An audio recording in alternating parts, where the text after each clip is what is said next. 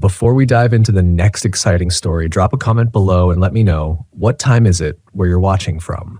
I'm curious to see where everyone's tuning in from around the world.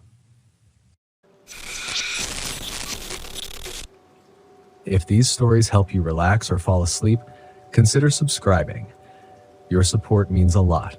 It encourages me to keep growing and creating even more captivating stories to share with you. I don't know if it was the way the trees leaned in on that one-lane dirt road, or the way the fog didn't seem to move even when the wind cut through my open window. But I swear, I should have turned around the second I crossed the West Virginia state line. They don't tell you this in travel blogs or scenic route videos. No, what they show you is the charming Appalachians, the cozy hollers, and the mist rising like ghosts off the creeks at dawn.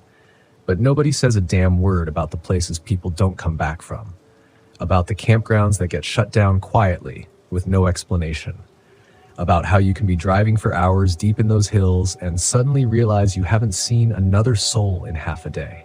My name's Daniel, 39 years old.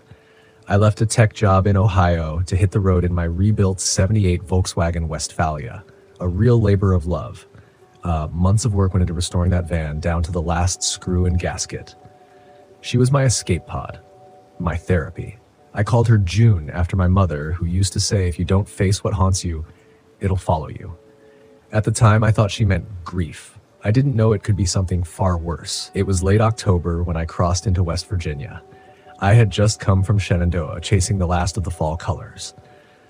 Everyone I'd met along the way said the Monongahela National Forest was one of the best kept secrets for campers who wanted solitude. I wasn't looking for ghost stories. I wanted quiet, space to think. But looking back, maybe I already knew something wasn't right. Maybe that's why I kept checking the rearview mirror even when I hadn't passed another car for miles. The road to the campground, if you could even call it that, was barely visible on Google Maps. No cell reception for hours, just an old state route that eventually became a gravel path and then a dirt road, winding between hills like something trying to hide. By the time I reached the site, an unofficial pull-off marked by a rusted-out fire ring and a collapsing picnic table, it was dusk. The forest around me was thick, dark like wet velvet and eerily still. No birdsong, no crickets, just wind hissing through the tall pines. I told myself I'd just stay the night, get some rest, wake up early and head back towards civilization. I wasn't scared, not yet, but I had that feeling, the one you get in your gut when you're about to do something you can't undo. I parked June facing the exit, something I always did when camping alone, just a habit, just in case. I set up a small fire using some wood I'd brought, heated a can of chili and tried to settle in, but I couldn't shake the sensation that something was off. You know how it is when you feel like you're being watched? Only this wasn't that, it was deeper, like the woods themselves were holding their breath. That night, the dreams started. I've had nightmares before, stress dreams, vivid ones, but nothing like this. I was in the woods, barefoot, following a light, a lantern swinging gently ahead of me, just out of reach. I never saw who carried it. I just followed, deeper and deeper, until the trees closed in and the air turned thick and hot like a fever. Then I woke up to the sound of knocking. 3 slow knocks, not on the van door, on the driver's side window. I froze. My heart slammed in my chest so hard I thought it would explode. I sat up, every nerve screaming. The campsite was dark. My fire had gone out. The moon was hidden behind thick clouds. I listened, waited, nothing. I told myself it had to be a branch, or a pine cone, maybe even an animal, but I couldn't bring myself to look out the window. Not yet. I lay there until dawn, clutching my flashlight like it was a weapon.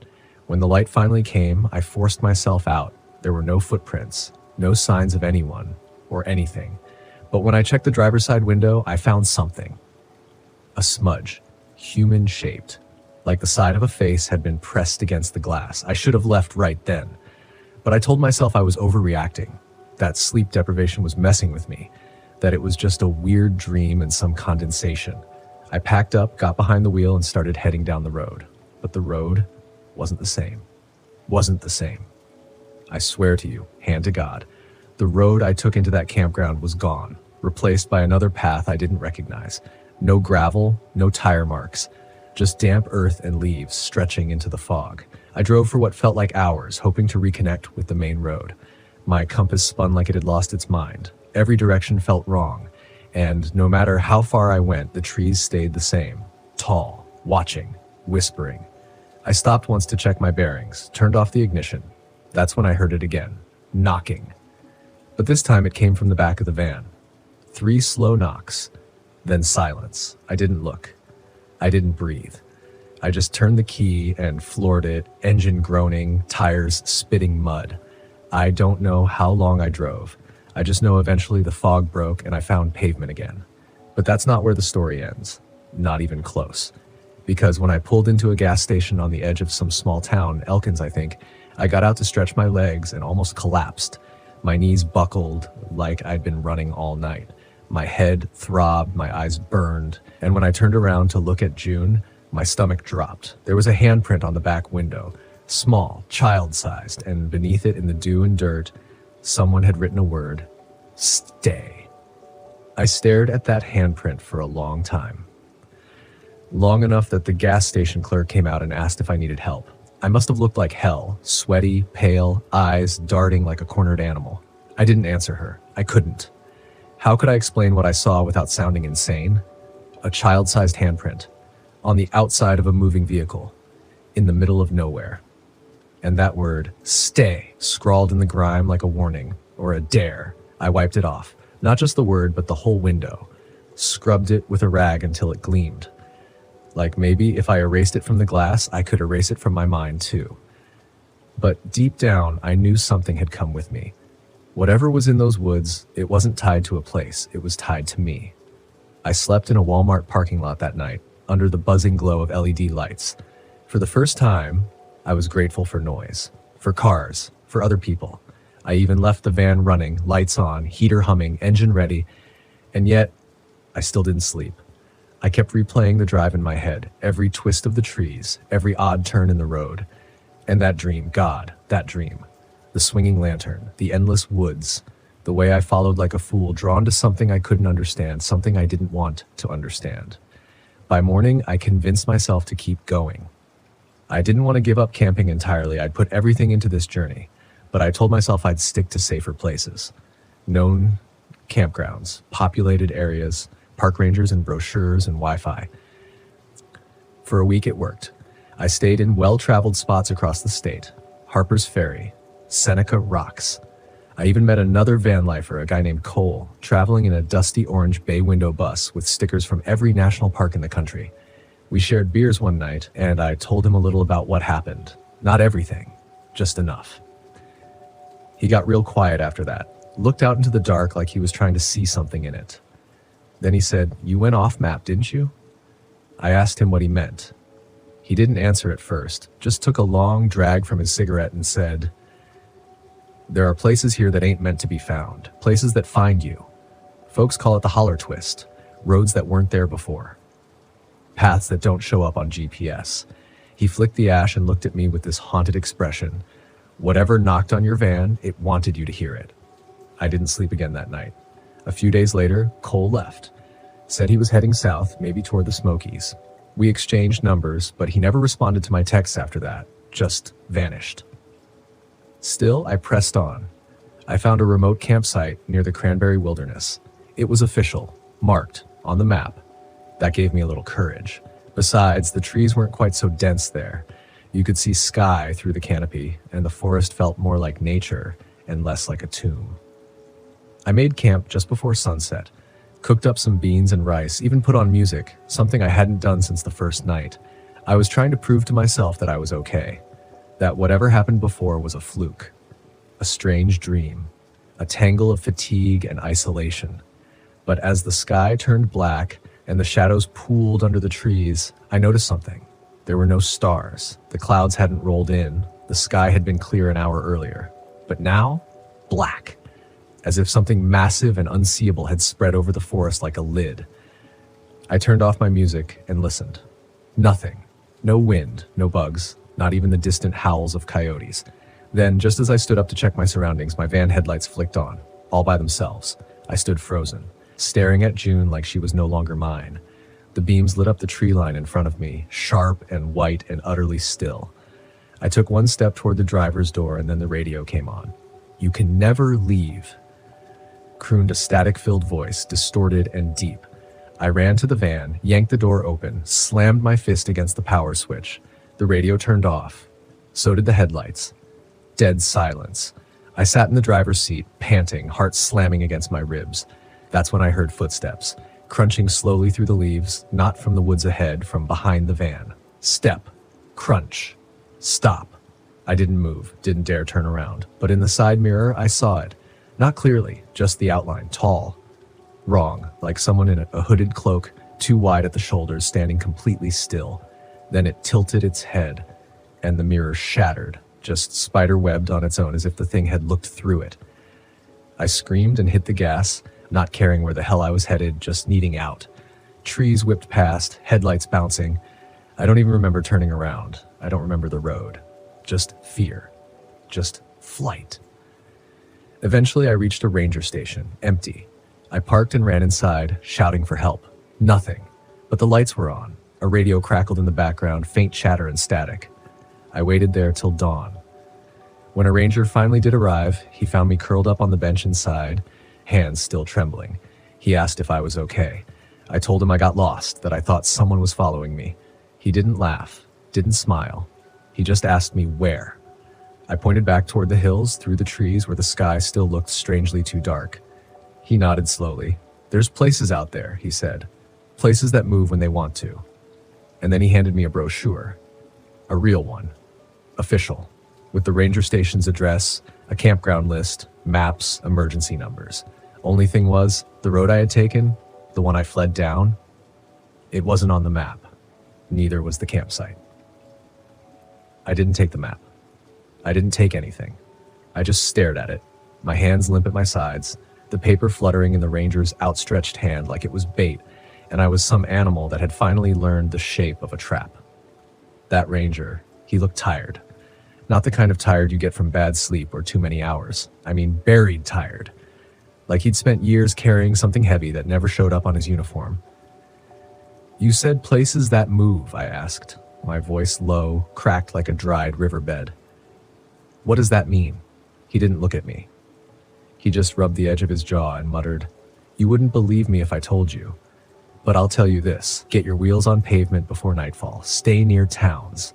And if you see the woods shift, if you hear knocking that comes in threes, don't answer. Ever." Then he walked back into the office like we'd never spoken. I drove straight out of there. I didn't even look at the trees lining the road. I kept my eyes locked on the horizon, like if I even acknowledged what might be lurking in those branches, it would notice. I told myself I was done. No more remote campsites. No more solo nights under the stars. West Virginia was beautiful, but it was a beauty that didn't want to be known, like a secret you only hear in a whisper, and even that's too loud. But trauma does strange things to a person. I didn't leave. Not yet. There was something inside me. Maybe call it pride, maybe stubbornness, maybe just the brain's twisted way of trying to understand the thing that hurt you. I told myself I needed closure, that if I left now, I'd always wonder if it had just been stress, isolation, one long psychotic break triggered by too many quiet nights. So I found a little town in the southern part of the state, a place that didn't even show up right on Google Maps. Population couldn't have been more than 200, and even that felt generous. I parked behind an old church near a dry riverbed and stayed for a few days. Got to know a few of the locals. Drank weak coffee at a dusty diner with a single ceiling fan and a jukebox that played the same 4 songs on loop. And that's where I met Ruth. She had that weathered mountain town calm, the kind of woman who could skin a deer and outshoot most men twice her size, but still cried at old gospel hymns. She noticed June parked outside the diner one morning and asked if I was a traveler. I told her I was. She smiled, nodded, and then said something I didn't expect. "Van people don't stay here long, not after the woods start whispering." I didn't laugh. I didn't blink. I just said, "I've heard them." She leaned in close. "Then you need to leave." I told her everything. Or almost everything. The campsite, the knocking, the child's handprint, the dream of the swinging lantern, the cloaked figure in the rear view. I thought she might dismiss me, but she didn't. She just stared at her coffee like it held the answer. Then she said, "My brother disappeared up in the Monongahela back in '86. He was a scoutmaster, grew up here, knew those trails like his own breath. One day he took 6 boys on an overnight campout, came back alone." I asked her what happened. She shook her head. "He couldn't talk, literally, wouldn't open his mouth. Doc said his vocal cords were fine, but his mind, it had seen something it couldn't translate." I swallowed hard. "The boys?" She looked at me, dead on. "They were never found, not a scrap, no gear, no tracks, like they were taken out of time." That night, I tried to leave again. I told myself I had enough story for 10 lifetimes, enough fear, enough ghosts. I got in June, started the engine, headlights cutting a path through the mist curling along the churchyard. But the road wasn't the road anymore. What should have been a winding gravel path out of town now led straight into the woods. I looked behind me. No road there either, just trees. Just black trunks and tangled limbs like they'd grown behind me in seconds. I panicked, slammed the van into reverse, spun the wheels until they caught, backed up fast, wild, headlights bouncing off bark like eyes in the dark. But no matter where I turned, left, right, forward, it all led deeper. The van sputtered once, then again, then stopped. Everything went black. And I heard it. 3 slow knocks, one on the left side, one on the right, one on the roof. I didn't move. I didn't breathe. Somewhere far off, I could hear the faint clinking of metal, like chains being dragged. And then the whispering started again, but this time it wasn't around me. It was inside the van.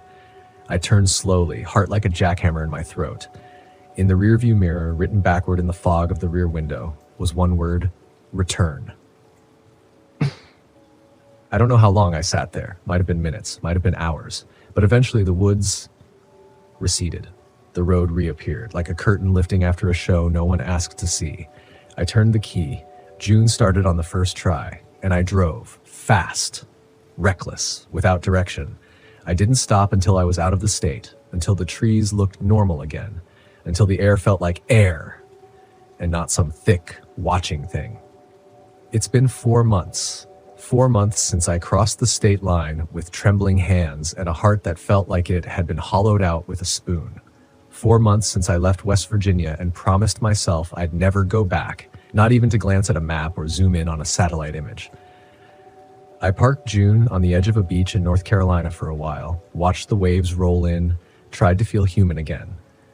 But I wasn't the same man who rolled into those forests full of wonder and diesel-fueled freedom. I was hollow in ways I couldn't name. Sleep didn't come easy. Sometimes I'd wake up sweating, convinced I'd heard knocking on the van. Other nights, I'd bolt upright. Sure, I saw words scrawled on the condensation of the window again. Return. Always in that same slanted script. I even stopped using the heater some nights, just so the glass wouldn't fog up. Because if you've seen what I've seen, you start to realize that fogged windows are an invitation. I met a couple in Asheville last month, Volkswagen people, bright-eyed, laughing, mapping out their route through the Appalachians. They were heading for West Virginia. I wanted to warn them. I really did. I opened my mouth and nothing came out. Just like Ruth's brother, maybe. It's a hard thing to explain, the kind of silence that fear can carve into you. It's not just about terror, it's shame too. Because you start to feel crazy. You start to think maybe you were the thing that was broken, not the forest, not the map, not the children's voices that still echo in the dark parts of your dreams. But the silence has a purpose. It forces you to listen, to remember. And in those quiet hours when the fire dies down, and it's just you and the whisper of wind against the metal walls of your van, you remember what it felt like to be hunted by something you couldn't name. You remember that the woods don't move the way they should, that some places in this country don't belong to us. I tried researching it. The knockings, the vanishing trails, the mimicry of voices. There's folklore out there, sure. Stuff about not deer, about skinwalkers, about lost tribes and forest spirits older than any of our records. But nothing fits exactly. That's what's worse. There's no neat story, no rule book, no closure. Just fragments, whispers. People like me trying to put their minds back together with nothing but duct tape and denial. I ended up writing it all down in a leather notebook. Not to publish, not to show anyone. Just to try and hold it somewhere outside my body. Like if I could trap the story on paper, maybe I'd stop carrying it in my spine. But the more I wrote, the more I started to remember the small things, the things I didn't notice in the moment, the way the birds had gone silent just before the first knocking, the way my phone's GPS never actually turned off, just froze at a spot that didn't exist, the static on the radio that pulsed in rhythm with my heartbeat. Those aren't accidents. Those are warnings. I keep wondering what would have happened if I had answered the knocking, if I had let that voice in. Maybe I wouldn't be here telling you this. Maybe there wouldn't be anything left to tell. Because whatever lives in those woods, it doesn't just want to scare you. It wants to take something from you, something essential. Your voice, your memory, your ability to ever feel truly safe again. And the sickest part is, it does it slowly, not with violence, not with a scream and a slash, but with subtle shifts, delays, whispers, dreams that seep into your bones and rewrite the way you see the world. Because now, even when I camp somewhere completely different, even in daylight, surrounded by hikers and music and firelight, I still don't fully believe I ever left. What if West Virginia isn't just a place? What if it's something that follows?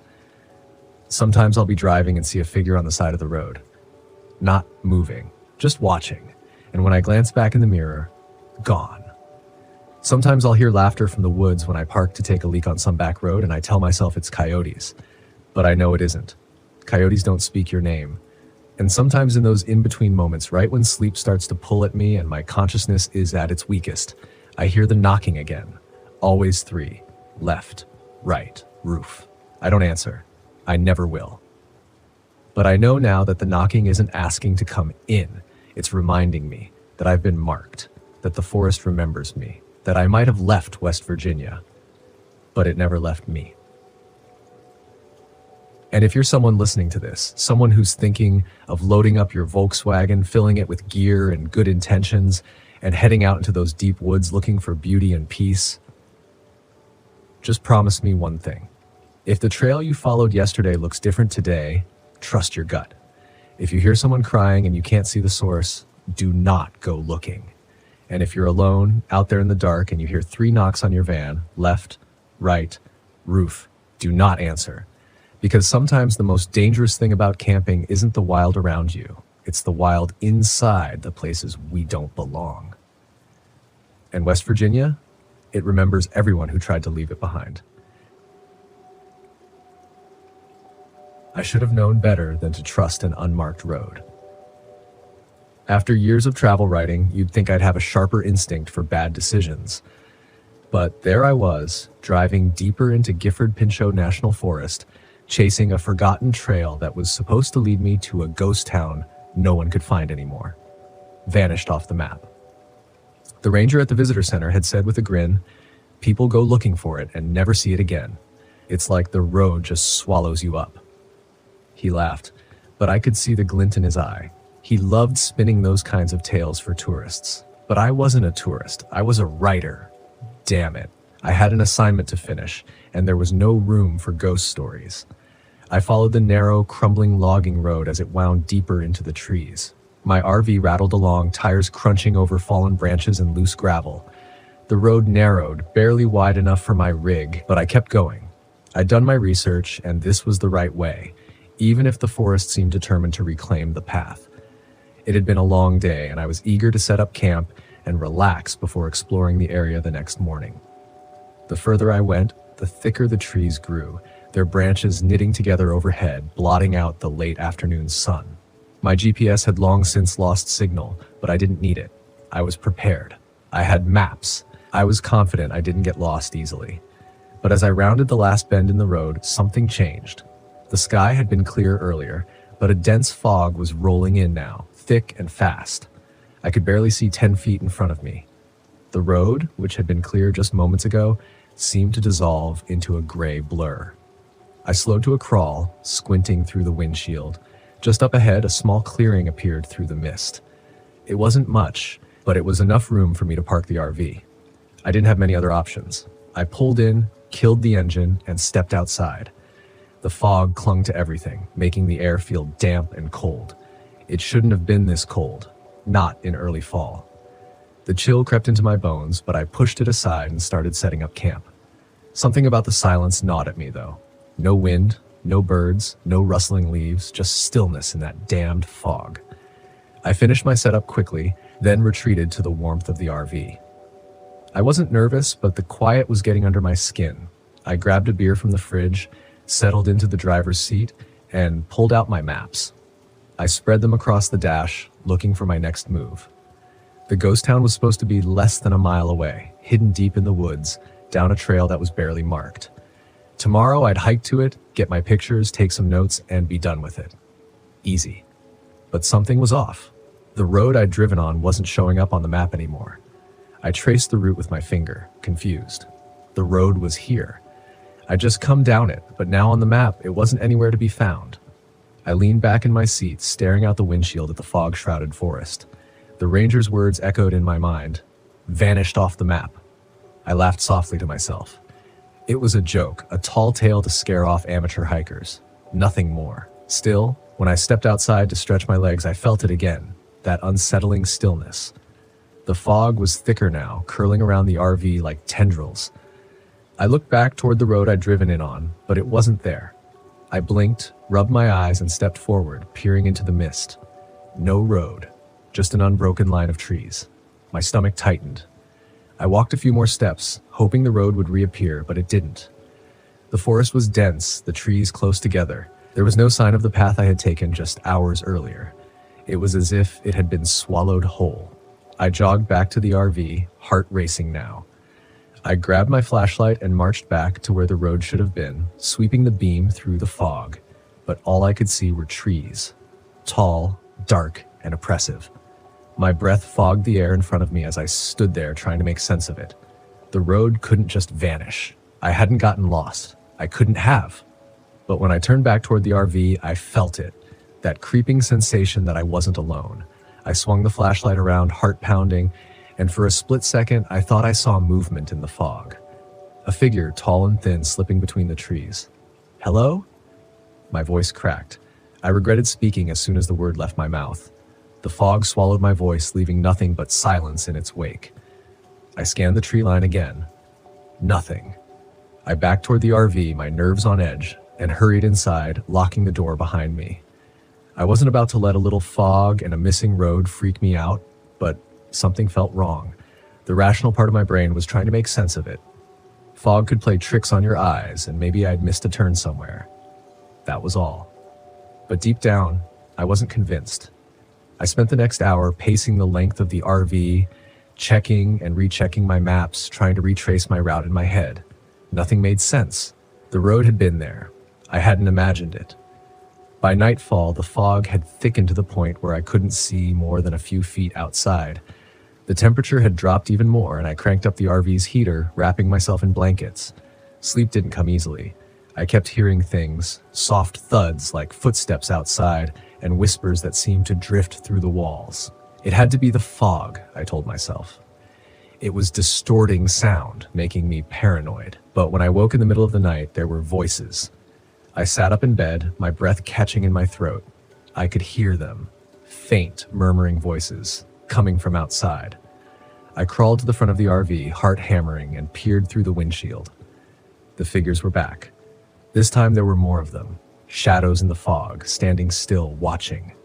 They were too far away to make out any details, but I could feel their eyes on me, cold, hollow eyes. I blinked, and they were gone. I scrambled to turn on the engine, but it sputtered and died. No power. The RV was silent, cold, and dark. I grabbed my flashlight and flicked it on, but the beam barely cut through the fog. I tried to stay calm, tried to think logically, but my heart was racing, my mind spiraling into panic. The road was gone, the figures were back, and now I was trapped here. I had to get out. I grabbed my jacket and burst out of the RV. The cold hit me like a slab. I marched toward where the road had been, determined to find it, but the forest had shifted. The trees were closer now, the fog denser. I walked for what felt like hours, but the landscape stayed the same. It was as if I was walking in circles. No matter which way I turned, I kept ending up back at the RV. I could hear the voices again, closer now. They echoed through the fog, indistinct and ghostly. My flashlight flickered and the shadows appeared again, closer this time, standing just beyond the beam of light. I ran back to the RV, slamming the door behind me, my chest heaving. The figures were out there, circling me, waiting. I don't know how long I sat there, clutching the flashlight, waiting for something to happen. The fog pressed against the windows and the shadows loomed outside, never coming closer but never leaving. Morning came, though I could barely tell. The fog hadn't lifted and the road was still gone. I tried the engine again, and this time it roared to life. Relief washed over me, but it was fleeting. I turned the RV around, driving slowly back the way I had come. If the road was there, I couldn't see it. All I could do was follow the same path I'd taken before, hoping it would lead me out. But it didn't. The road stretched out endlessly in front of me, a straight line through the fog leading nowhere. And as I drove, I realized with sinking dread that I was still trapped. The road hadn't taken me anywhere. I was driving in circles and the figures were still there, watching, waiting. They had me now. The vanishing road wasn't just a story. It was real and I wasn't getting out. My name is Lily Anderson, and I was 45 years old when this happened in the summer of 2021. After retiring from the military, I spent most of my days traveling the country in my RV, searching for something I couldn't quite name. Peace, maybe, or just a sense of purpose. I'd spent decades in combat zones, surrounded by noise and chaos, and I thought the wilderness might silence the ghosts in my head. That's what brought me to the Laurel Fork Wilderness in West Virginia. I'd heard about the area from a fellow camper, a secluded stretch of forest, untouched and serene, perfect for someone like me who preferred solitude. I didn't know then about the stories surrounding Devil's Hollow or the witch that locals claimed cursed the land. If I had, I might have gone somewhere else, or maybe not. The first day was uneventful. The road to my chosen campsite was narrow and bumpy, the kind of terrain that tested your patience and your vehicle. My RV wasn't new, but it had served me well over the years. Still, it groaned and sputtered as I navigated the steep incline toward the hollow. About a mile from my intended spot, the engine stalled. I cursed under my breath, turning the key repeatedly, but all I got was the tired whine of a machine that had had enough. I grabbed my tools, hoping it was something simple, but as the hours dragged on, it became clear that I wasn't going anywhere anytime soon. "Well," I muttered, wiping grease from my hands, "guess this is home for now." I set up camp just off the road, close enough to the hollow to feel its presence, but far enough to keep my distance. The air was cooler here, the shadows deeper. I told myself it was just the terrain, the dense canopy blocking out the sun. But there was something else too, a heaviness I couldn't explain. The first night I slept poorly. The forest was too quiet, the kind of silence that amplifies every creak and rustle. I'd spent enough time in the wild to know the sounds of nocturnal animals, but this was different. There were no owls, no crickets, nothing but the occasional groan of the wind through the trees. At some point, I thought I heard something outside the RV, a faint scratching, like claws against metal. I froze, listening, but it stopped as quickly as it had started. When I finally worked up the nerve to look, flashlight in hand, there was nothing there. Just the endless expanse of trees. I told myself it was the wind and went back to bed, but sleep didn't come easily. The next morning, I found the dead birds. They were arranged in a perfect circle about 10 feet from my RV, their feathers ruffled but otherwise untouched. There were no signs of an attack, no blood, just 7 small bodies, their lifeless eyes staring up at the canopy. My stomach churned as I stood over them, trying to make sense of it. Predators don't do this. Even kids pulling pranks wouldn't bother hiking this far out. I buried them, more out of respect than anything else, and spent the rest of the day exploring the area. The forest was dense, the trails barely more than animal paths winding through the underbrush. About a mile in, I found the first symbol. It was carved into the bark of a tree, a jagged spiral surrounded by smaller runes I didn't recognize. The cuts were fresh, the edges of the bark still raw. My first thought was kids again, but the precision of the carvings made me second guess. This wasn't random graffiti. It meant something, though I didn't know what. That night, the storm rolled in. The wind howled through the hollow, rain hammering against the roof of the RV. I huddled inside, reading by flashlight, the sound of the storm oddly comforting. It drowned out the silence, the oppressive weight of the forest. But then the whispers started. At first, I thought it was the wind, the way it curled around the trees, carrying the echoes of distant sounds. But as I listened, the whispers grew more distinct, more deliberate. They weren't words exactly, but they carried intent, a low, murmuring chant that made my skin crawl. I tried to ignore it, burying my head in my book, but the sound burrowed into my mind. It felt like it was coming from inside the RV, pressing against my skull. And then I saw her. She stood just outside the window, barely visible through the rain-streaked glass, a cloaked figure, her face hidden in the shadows of her hood. She didn't move, didn't make a sound, but her presence was suffocating. I grabbed my flashlight and swung open the door, but by the time I stepped outside, she was gone. The next day, I found the grave marker. It was tucked deep within the hollow, a small stone slab half buried in moss and dirt. The name was barely legible, worn down by centuries of weather. Margaret Ellis. Beside it, I found a charred leather diary, its pages brittle and stained. I flipped through it carefully, piecing together fragments of Margaret's story. She wasn't a witch, not in the way the legends claimed. She'd been a healer, accused by her neighbors when a plague swept through the settlement. They blamed her for the deaths, dragging her into the hollow and burning her at the stake. Her final entry was a curse, scrawled in trembling handwriting. To those who condemned me, I curse this hollow with my dying breath. May your bloodlines suffer as I have suffered, and may no soul find peace in this cursed place. That night was the worst. The storm returned, fiercer than before, and the whispers gave way to screams. They were everywhere, echoing off the walls of the RV, filling every corner with their anguish. The cloaked figure appeared again, closer this time. She stood in the middle of the clearing, her hood pulled back to reveal a face that was both beautiful and grotesque, her eyes burning like embers. "Why did you come here?" she asked, her voice a low growl that vibrated in my chest.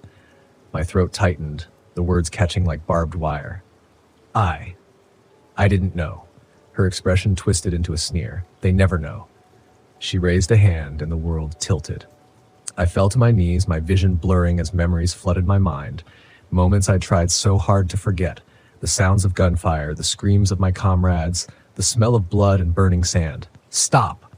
I shouted, clutching my head. "Please, stop."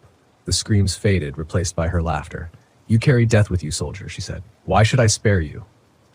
Desperate, I fumbled for my dog tags, ripping them from my neck. "I'm sorry," I choked out, holding them up. "For whatever they did to you, I'm sorry." Her laughter stopped. She stared at the tags, her expression unreadable. Then slowly, she lowered her hand. The storm ceased, the whispers faded, and she was gone. The next morning, I left the hollow. My RV started without a hitch, as if the past few days had been nothing more than a bad dream. But as I drove down the winding road, I couldn't shake the feeling that Margaret Ellis was watching me, her presence lingering in the shadows. I don't know if I appeased her or if she simply let me go. But I do know one thing. There are places in this world that remember the horrors done to them, places that hold grudges, and Devil's Hollow is one of them. My name is Benjamin Scott. I was 34 when I spent 3 nights alone at Widow's Ridge in West Virginia, chasing a story I should have left alone. This happened in the fall of 2021 when the air carried the first chill of winter and the forest turned crimson and gold. I was a freelance writer known for my series on haunted places in America, and my latest article was supposed to focus on Widow's Ridge, a secluded spot in Monongahela National Forest. Locals spoke of Eleanor Price, the widow of the Ridge, a woman accused of witchcraft in the late 1800s. Her husband and children had vanished, and the townsfolk blamed her. Some claimed she killed them in a ritual, others whispered darker things. She was hanged from a gnarled oak tree at the ridge, and since then the area had become a magnet for tragedy. Disappearances, strange deaths, and whispers in the night. I didn't believe in ghosts, but I knew fear made for great stories. So, armed with my RV, a few cameras, and my journal, I set out to uncover the truth. I was used to spooky places, creaky floors, and the paranoia of being alone. Widow's Ridge would be no different, or so I thought. I arrived just before sunset. The ridge was beautiful in a desolate way, with a rocky overlook offering sweeping views of the valley below. The wind whistled through the trees, and the skeletal oak stood alone in the clearing, its twisted branches like claws against the sky. A rope dangled from one of the limbs, frayed and swaying gently. I parked my RV in the clearing and set up camp. As the sun dipped below the horizon, shadows stretched long, and the ridge grew eerily silent. No birds, no rustling leaves, just the hollow hum of the wind. The first unease crept in, but I brushed it off. Quiet nights in the woods were common. The first sign came that evening. I was reviewing my notes when the sound of soft crying reached my ears. It was faint, carried on the wind, but unmistakable. I froze, straining to hear more. The crying stopped, replaced by a whisper so faint I couldn't make out the words. My pulse quickened. I grabbed my flashlight and stepped outside, scanning the clearing. "Hello?" I called. "Is someone there?" The wind answered me. I told myself it was nothing, maybe a trick of the breeze or a distant animal call. But as I turned back toward the RV, I saw something that made my blood run cold. My journal, which I had left on the table inside, was now lying on the ground, its pages fluttering in the wind. I hadn't touched it. The next day, I met Evelyn Brooks, a reclusive older woman who lived a few miles from the ridge. I had stumbled upon her cabin while hiking, hoping to gather local lore. She answered the door with a wary expression, her gray hair pulled back in a loose bun. "You shouldn't be up there," she said as soon as I mentioned Widow's Ridge. "That place is cursed." "I'm writing about the legend," I explained.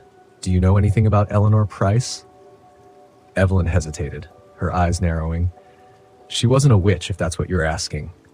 She was a grieving mother, but grief makes people cruel, and they needed someone to blame." "Do you think her ghost is real?" I asked, trying to keep the skepticism out of my voice. Evelyn didn't answer directly. Instead, she said, "If you're smart, you'll leave. And don't go near that tree. It's the anchor, her pain, her rage. It's all tied to that cursed oak." I thanked her, but didn't leave.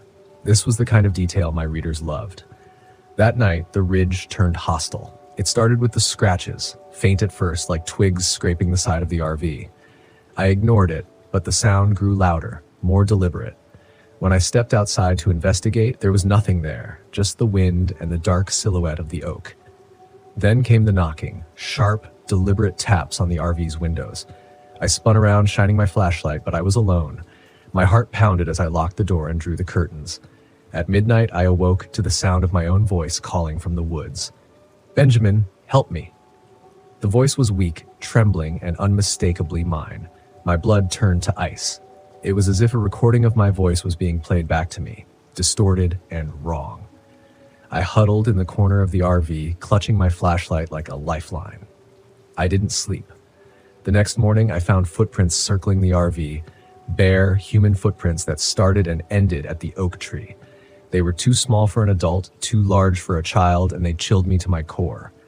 My camera, left on the table overnight, showed distorted images of the ridge with blurry, shadowy figures in the background. I knew I should leave, but the journalist in me refused. If I could capture proof of the supernatural, it would be a career-defining moment. So I stayed. That afternoon, I found an old locket buried near the oak. It was tarnished but intact, with a photo of a woman and 2 children inside. Eleanor Price and her children, I assumed. I tucked it into my pocket, feeling a pang of guilt I couldn't explain. That night, Eleanor made herself known. The air grew heavy, suffocating. The wind stopped entirely. The RV shook violently, as if an unseen force was slamming into it. Then the lights inside flickered, and a shadow appeared, tall and veiled, standing in the center of the room. I couldn't move. My limbs felt frozen as the figure drifted closer, its form growing more defined. I saw her face, pale, hollow, with blackened eyes that seemed to bore into my soul. "Why are you here?" she hissed, her voice like a winter wind. "You disturb my rest." "I'm sorry," I stammered. "I didn't mean to." The shadow lunged and the world went dark. I woke just before dawn, slumped against the RV wall. The interior was trashed, papers scattered, windows shattered. The locket was gone, and in its place was a single word scratched into the table: leave. But I couldn't leave. Not yet. Evelyn's words echoed in my mind. The oak tree was the anchor. If I wanted to end this, I had to confront it. I stood before the tree at sunrise, holding a canister of lighter fluid and a box of matches. The rope hanging from the branch swayed unnaturally, as if moved by invisible hands. The air buzzed with energy, thick and oppressive. "I'm sorry, Eleanor," I whispered, pouring the fluid around the base of the tree, "but this has to end." The moment I struck the match, the ground trembled. Eleanor's ghost appeared, her form writhing in agony. She screamed, a sound that shook the forest, and charged at me, her veiled figure becoming a blur of shadow and fury. I lit the ring of fire just in time. The flames roared to life, encircling the oak and driving her back. She thrashed and wailed, her form dissipating into the smoke as the fire consumed the cursed tree. When it was over, the ridge was silent again, but it was a different kind of silence, peaceful, almost serene. The oppressive weight had lifted. I returned to Evelyn's cabin to thank her, but the house was abandoned, covered in years of dust. On the porch was a note scrawled in shaky handwriting: "Some stories aren't meant to be told." I left Widow's Ridge that day and never returned. To this day, I don't know if Eleanor found peace or if I simply freed her from the anchor. All I know is that some places hold darkness so deep it's better to leave it undisturbed. My name is Chloe Parker, and back in 2022, I took my RV up to the Custer National Forest in Montana. I figured escaping the city for a week would do me good, even if my idea of roughing it usually involves forgetting my phone charger. After a grueling year crunching numbers as an accountant, I craved the simplicity of the wilderness. No spreadsheets, no meetings, just me and the great outdoors. I joked with my friends that I'd probably get lost without GPS, but secretly I was excited for an adventure. The drive was serene. Towering pines lined the winding roads, and the crisp mountain air seeped through my open windows. I hummed along to classic rock tunes, feeling lighter with each mile that distanced me from the concrete jungle. Upon arriving at the campground, I noticed it was sparsely populated, exactly what I wanted. I parked my RV in a secluded spot near a gentle stream. As I set up camp, an older man named Hank strolled over from a nearby site. "First time up here?" he asked, a friendly grin beneath his bushy mustache. "Is it that obvious?" I chuckled, wrestling with a tent pole that seemed determined to defy me. He laughed. "Need a hand?" "Sure, unless you want front row seats to me losing a fight with camping gear." Together we got the tent pitched in no time. Hank shared a few tips about the area: good fishing spots, trails worth hiking, places to avoid. He mentioned a trail that led to an old abandoned mining town a few miles deeper into the forest. "Why is it abandoned?" I asked. "Just dried up," he said with a shrug. "But some folks say it's haunted." I raised an eyebrow. "Ghost stories already? You work fast," he smiled. "Just keeping the tradition alive. You take care out here." That evening, I built a small campfire and cooked dinner. The stars emerged, brighter than I'd ever seen them. As I sat there sipping a beer, I felt a contentment that had eluded me for years. The next morning, curiosity got the better of me. I decided to hike to the old mining town Hank mentioned. I packed a day bag, grabbed my map, and set off. The trail was overgrown in places, but the path was still visible. About an hour in, I stumbled upon a dilapidated cabin. It looked like it hadn't seen visitors in decades. The door hung ajar, creaking softly in the breeze. I peered inside, just old furniture covered in dust and cobwebs. "Looks like the cleaning service skipped this one," I muttered. Continuing on, I noticed the forest grew denser. The canopy above thickened, filtering the sunlight into dappled patterns on the ground. The air felt cooler, and the sounds of wildlife seemed to fade. After another hour, I reached the remnants of the mining town. Weathered buildings leaned at precarious angles, windows shattered, roofs caved in. There was an eerie stillness to the place. I wandered through the main street, or what was left of it, taking in the ghostly atmosphere. As I approached what appeared to be an old general store, I spotted fresh footprints in the dirt.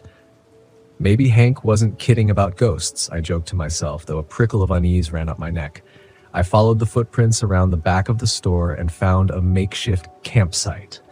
There was a small tent, a smoldering fire pit, and scattered belongings. It looked recently abandoned. "Hello?" I called out. "Anyone here?" No response. I glanced around. There was a notebook lying near the tent. Curiosity piqued. I picked it up. Flipping through the pages, I realized it was filled with handwritten notes, ramblings about purification, cleansing, and making sacrifices to redeem the unworthy. Well, that's not creepy at all, I whispered, my attempt at humor falling flat. A sudden snap of a twig made me spin around. A man stood a few yards away, watching me intently. He was tall and gaunt, with unkempt hair and clothes that looked like they'd been through a war zone. "Can I help you?" I asked, trying to keep my tone light. "You're trespassing," he replied, his voice flat. "Sorry, I didn't realize. I thought this was abandoned." He took a step closer. "It's not. Leave." "All right, no problem. I'll get out of your hair." I placed the notebook back where I found it and started to walk away. Something about the man's gaze unsettled me. As I retraced my steps out of the town, I felt his eyes boring into my back. The return hike seemed longer. Every rustle in the underbrush made me jump. I chided myself for being paranoid. Back at my campsite, I tried to shake off the encounter. I spent the afternoon fishing at the stream, catching nothing but enjoying the tranquility. By evening, I'd almost forgotten about the strange man. As darkness fell, I settled in by the fire with a book. The silence was comforting until it was broken by the distant sound of footsteps. I looked up, expecting to see Hank or another camper, but saw nothing. Probably an animal, I told myself. An hour later, I heard the footsteps again, closer this time. I stood up, shining my flashlight into the woods. The beam illuminated the trees, but revealed nothing else. "Hello? Is someone there?" Silence. Unease crept back in. Deciding it was best to turn in, I locked the RV door and settled into bed. Sleep came fitfully. A loud thud jolted me awake. I sat up, heart pounding. The clock read 2:17 a.m. Holding my breath, I listened intently. Another thud, this time accompanied by the sound of something scraping against the RV's exterior. I crept to the window and peeked out. In the dim moonlight, I saw a figure standing near the fire pit. It was the man from the mining town. He was holding something long and sharp, a machete. "Okay, this is officially not funny," I whispered. He began circling the RV, dragging the machete along the metal side, creating a shrill, grating noise. My mind raced. I reached for my phone to call for help. No signal. "Of course," I muttered. "Should have invested in that satellite phone." I remembered the flare gun stashed in the emergency kit. Grabbing it, I weighed my options. Firing it might scare him off or attract help. As I contemplated, a voice called out, "Come out, we need to talk." "Yeah, I bet we do," I said under my breath. He banged on the door. "You're contaminated. You need cleansing." Fantastic. A lunatic, I thought. Deciding to take action, I shouted, "Leave now or I'll call the police." He laughed, a hollow, chilling sound. "They can't help you out here." I loaded the flare gun, aimed it at the door, and waited. Suddenly, the window beside me shattered. I stumbled back as his arm reached through, swiping the machete wildly. Without thinking, I fired the flare gun. The flare struck his arm, igniting his sleeve. He screamed, pulling back and stumbling away from the RV. Seizing the moment, I grabbed my keys, dashed to the driver's seat, and started the engine. The RV roared to life. I slammed it into gear and floored the accelerator. As I sped down the dirt road, I glanced in the side mirror. The man stood in the middle of the road, flames flickering on his arm, watching me disappear into the night. My hands trembled on the wheel. I needed to get to safety. The nearest ranger station was miles away, but I didn't dare stop. After what felt like an eternity, I saw lights ahead. The ranger station. I pulled in, honking the horn wildly. A ranger emerged, startled. I jumped out, babbling about the attack. He led me inside, calmed me down, and called for backup. By dawn, a search party was organized. They found my campsite a mess of broken glass and scattered belongings, but no sign of the man. They ventured to the old mining town. There, they discovered something far worse. Behind one of the collapsed buildings, they found shallow graves, 3 bodies in various states of decay. The coroner later identified them as hikers who had gone missing over the past year. Among the belongings at the makeshift campsite was a journal. Inside were detailed accounts of the man's self-appointed mission to purify the forest by eliminating those he deemed unworthy. His name was revealed to be Silas Morton, a former environmental scientist who had gone off the grid after a mental breakdown. He believed that humanity was a blight on nature and had taken it upon himself to cleanse the wilderness. The authorities searched for weeks, but never found him. Some speculated he perished from his injuries. Others believed he vanished deeper into the mountains. I returned home, the weight of the experience heavy but grateful to be alive. The police assured me they'd continue the search. In the end, Silas Morton's delusions led him to commit unspeakable acts, all in the twisted belief that he was saving the very thing he was destroying. I had been staring at the sinkhole for hours. The edges of the earth had crumbled away into a perfect jagged circle, leaving nothing but a gaping void beneath me. It was unnervingly symmetrical, as though the ground hadn't collapsed on its own but had been carved out by something, or someone. I crouched at the edge, carefully adjusting my geological scanner, but the equipment was giving me nothing but static. The readings were all over the place. "This doesn't make sense," I muttered, tapping the scanner in frustration. I hadn't come all the way to Hollow Creek for faulty data. I took a deep breath and scanned the horizon. The thick pines loomed like sentinels around the campground, their pale light of late afternoon casting long shadows across the landscape. My RV sat parked a short distance away, looking small and vulnerable against the vast wilderness of Chugach National Forest. It was a beautiful place, no doubt, quiet, remote, exactly what I needed to clear my head. But the silence had a weight to it, an unnatural stillness that gnawed at the edges of my mind. I was here on a solo trip, tasked with investigating the sudden appearance of several sinkholes that had been forming in the area. Geological instability was the theory, but something about the way these holes formed had raised red flags from the moment I arrived. The patterns were too precise, too deliberate. My phone buzzed, breaking the silence. It was Ethan, the local park ranger, and the closest thing to human contact I'd had in days. His voice crackled through the static as I picked up. "Hey Megan, how's it going out there?" "Not great," I admitted. "The equipment's glitching again, and these sinkholes, I don't know. They feel weird, not like anything I've seen before." Ethan chuckled, but there was an edge to it. "Hollow Creek's always been strange. You wouldn't be the first to think something's off here." "What do you mean?" I asked, standing up and dusting off my jeans. "You ever hear the stories about this place? Locals believe the sinkholes are more than just geological shifts. They think there's something ancient beneath the earth. The indigenous people used to call it the land that breathes. They thought the earth here was alive, that it could swallow you whole if you weren't careful." I rolled my eyes, though the words stirred an uneasy feeling deep in my gut. Sounds like folklore to me. "Maybe," Ethan said, his tone serious now, "but I'd be careful if I were you. These woods have a way of playing tricks on you, and the sinkholes, well, they've taken people before, people who didn't listen to the warnings." I didn't respond right away, staring down into the abyss of the sinkhole in front of me. I'd studied rocks and underground formations for most of my career, but nothing had prepared me for the unnerving stillness of this place. "Thanks for the heads up," I said, trying to keep my voice light. "But I'm here to study geology, not ghosts." Ethan sighed. "Just don't go too deep, okay? Call if you need anything." I hung up and pocketed the phone, but the conversation lingered in my mind. The land that breathes. Superstition, I told myself. Just old stories. I turned back to the sinkhole. Something inside me itched to see what was beneath the surface, to understand what was causing the ground to shift in such a strange, unnatural way. The patterns in the rocks I'd been studying weren't like any natural formation I'd seen before.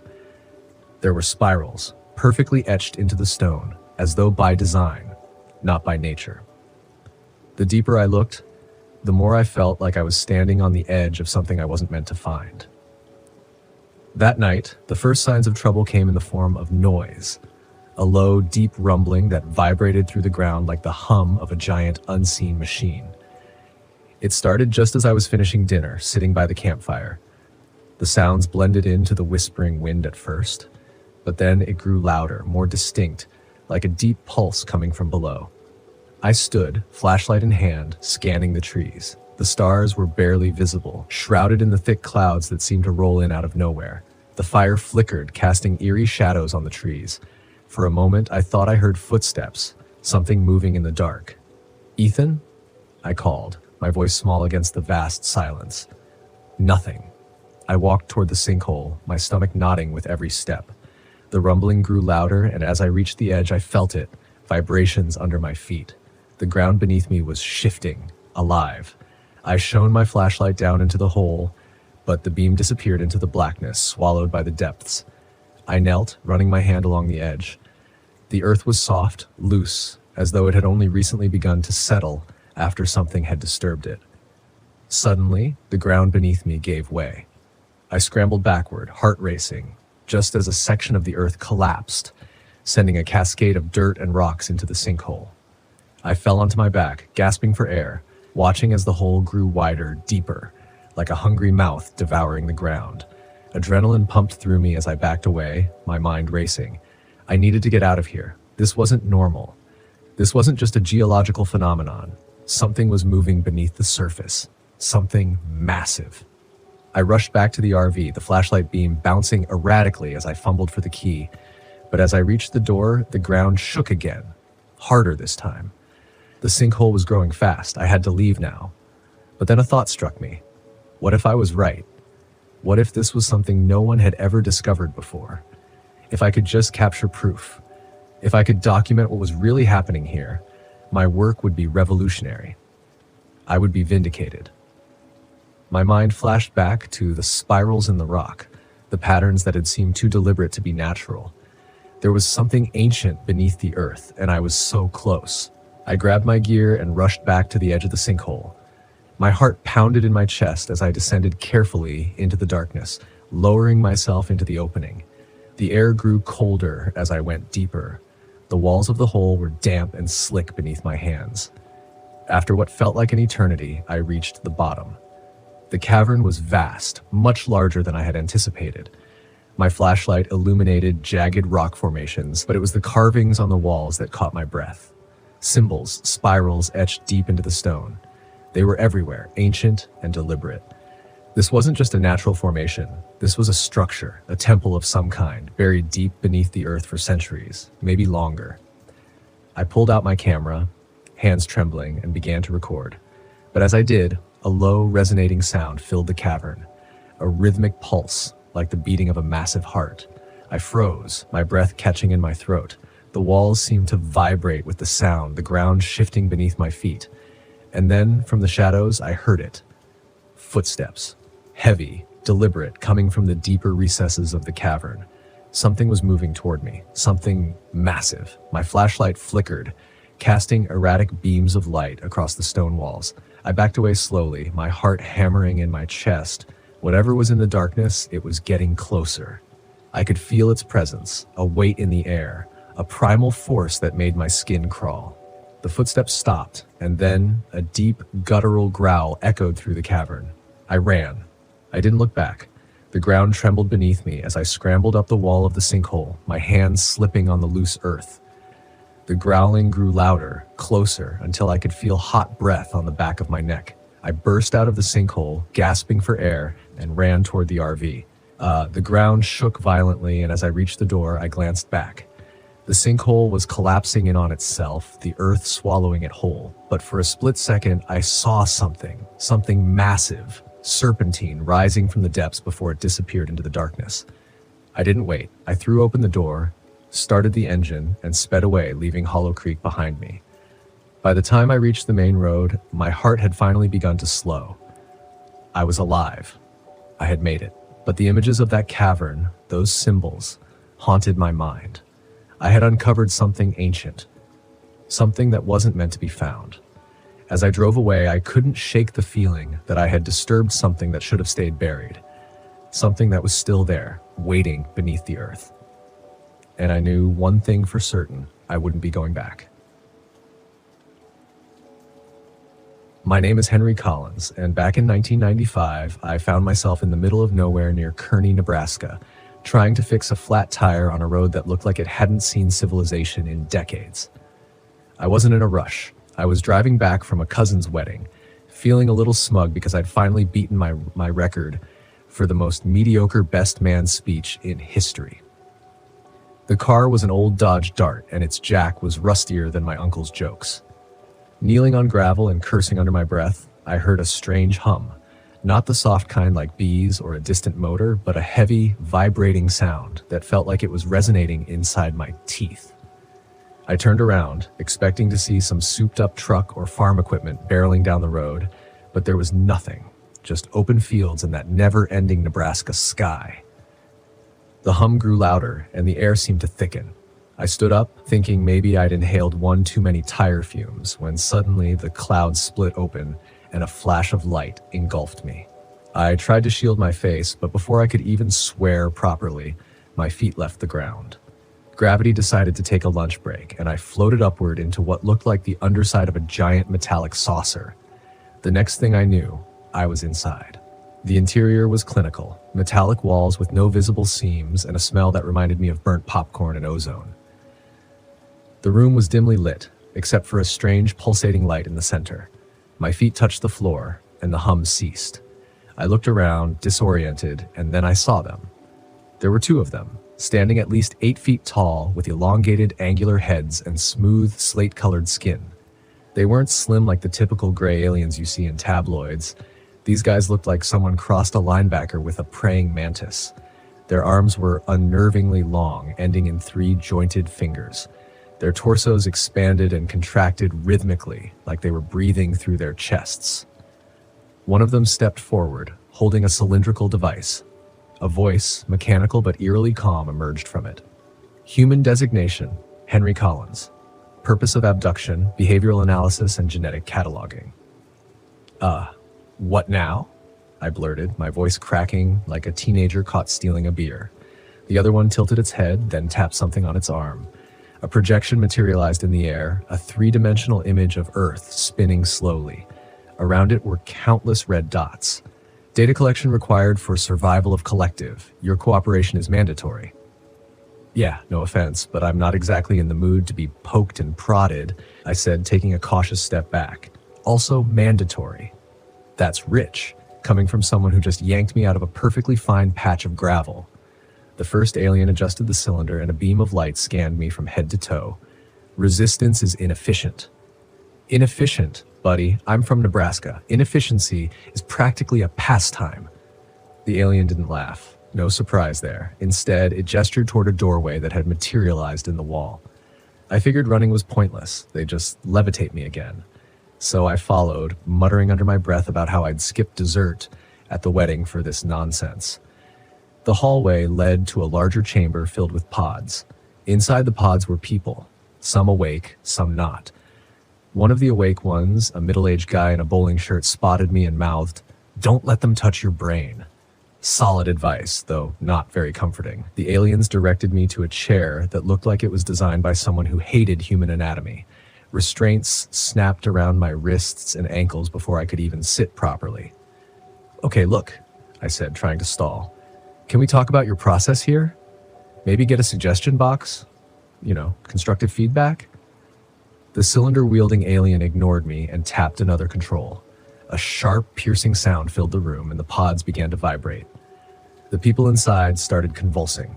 My heart raced as I yanked at the restraints. "Hey, what are you doing to them?" I shouted. "Integration," the alien said. "Subjects provide biological variants. Anomalies identified, defective samples discarded." "Discarded?" I echoed, horrified. "You mean—" Before I could finish, one of the pods shattered and a lifeless body slumped out onto the floor. My stomach churned. They weren't just abducting. They were killing anyone they deemed defective. Fueled by panic and adrenaline, I twisted my wrist until it felt like it might snap and managed to slip free of one restraint. I yanked at the other, watching the aliens as they focused on their grotesque process. The second restraint gave way, and I bolted from the chair, barreling toward the door. An alarm blared, and the walls lit up with flashing symbols. The aliens moved with unnatural speed, their long limbs propelling them toward me. I grabbed the first thing I saw, a metal rod, and swung it with all the force I could muster. It connected with one alien's arm, producing a sickening crunch. The creature staggered, but didn't fall. "Great," I muttered. "Indestructible linebackers. Just my luck." I sprinted down the hallway, dodging beams of light they shot from their devices. One grazed my shoulder, leaving a searing pain, but I didn't stop. Ahead, I saw a chamber with what looked like an escape pod. I dove inside, slamming my hand on every button until the door sealed shut. The pod lurched, and I felt a sudden gut-wrenching acceleration. Through a small window, I saw the saucer shrinking into the distance. Relief washed over me, but it was short-lived. A red light blinked on the console, accompanied by a robotic voice. Descent trajectory unstable. Brace for impact. "Oh, come on," I shouted, gripping the seat as the pod hurtled toward the ground. The crash landing was rough, but I survived. Crawling out of the wreckage onto soft grass, I looked around and realized I was in the middle of a cornfield. Typical. It wasn't long before I heard sirens and saw headlights.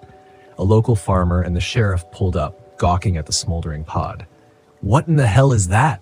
the sheriff asked, his hand hovering near his gun. "Long story," I said, coughing. "Let's just say you're going to need more than a deputy for this one." The aftermath was chaotic.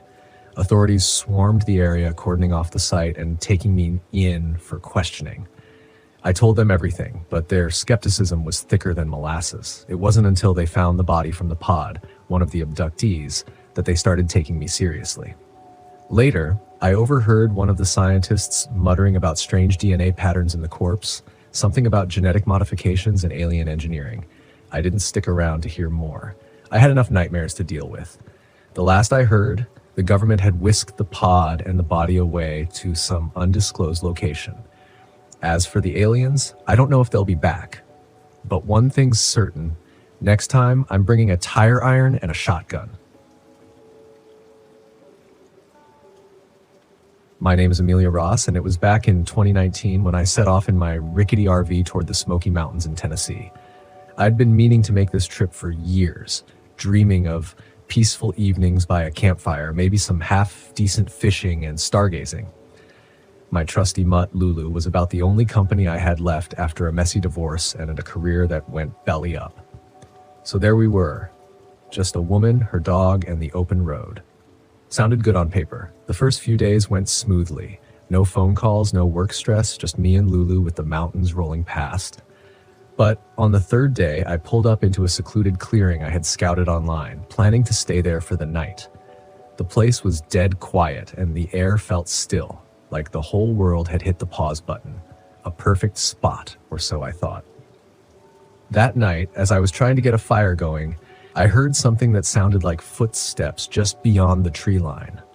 I brushed it off as a deer or some other wildlife, maybe hoping it wasn't a bear. The footsteps would stop when I stopped moving, like whoever, or whatever it was had no interest in being discovered. I'd crack a joke, but it didn't exactly feel like a time for humor. The noises stopped around midnight, just as abruptly as they started. I was relieved, chalking it up to paranoia or some animal passing through. But when I woke up the next morning, I noticed something strange. The rocks I had left scattered around the fire pit were arranged in a neat little pile, stacked like some kind of primitive signal. My stomach tightened. Lulu, usually calm as a stone, was on edge too, sniffing around like she'd picked up a scent that made her uneasy. Maybe it was a harmless prank, or maybe not. Day 4 rolled around, and I figured I'd do a bit of exploring while there was still daylight. I packed up my gear, leaving my RV behind as I set out to find a nearby stream. After an hour or so of walking, I found a shallow creek, perfect for cooling off. I thought about taking a quick dip, but then I noticed something peculiar on the opposite bank. It was a pile of bones, all clean and white like they'd been picked dry. At first, I thought they were from an animal. A deer, maybe. But then I saw what looked disturbingly like a human jawbone among the bones. The rest of the day, I couldn't shake off the feeling that I was being followed. Each snap of a twig or rustle of leaves sent a jolt through me, making me turn around like a paranoid idiot. It didn't help that Lulu had started acting jumpy, growling at nothing in particular, her hackles up. I'd laugh if it weren't so unsettling. I headed back to the RV as fast as I could without making it look like I was running. The whole forest felt different now, like it was hiding something or someone. I locked the RV door that night, pulled down all the blinds, and settled in with a flashlight and a bottle of whiskey, figuring I could sleep off the fear. But around midnight, I heard it again, those footsteps. This time, they were closer, circling the RV. Deliberate, slow. My heart pounded so loud I was sure Lulu could hear it. I peeked out of a small gap in the blinds, and what I saw nearly made me drop the flashlight. A man, pale and gaunt, was standing just a few yards away, his face turned toward the RV. He looked as if he hadn't seen sunlight in years, his skin almost translucent, with dark patches like bruises on his arms and neck. He had something in his hand, a large hunting knife, which he was tapping against his thigh in a steady rhythm. I swallowed hard and forced myself to stay still, hoping he'd go away if I didn't make a sound. But he didn't. He just kept standing there, staring at the RV like he could see through the walls. Then he started laughing, a low, humming chuckle that made my skin crawl. Lulu, bless her heart, stayed quiet but pressed against me, every muscle in her body tense. After what felt like hours, the man finally moved. He turned and walked back into the trees, leaving only his laughter echoing in the dark. I waited, every nerve in my body on high alert, but eventually I drifted off, too exhausted to stay awake any longer. The next morning I checked outside. There were fresh boot prints all around the RV, along with deep gouges in the dirt where he had dragged the knife. The rocks from my fire pit were scattered again. Only this time, they were arranged in a shape I couldn't quite recognize, like some strange symbol. I knew I had to leave, but my RV wouldn't start. It had been running fine all week, but now it was as dead as a doornail. I tried to radio for help, but all I got was static. It was like someone or something wanted me to stay.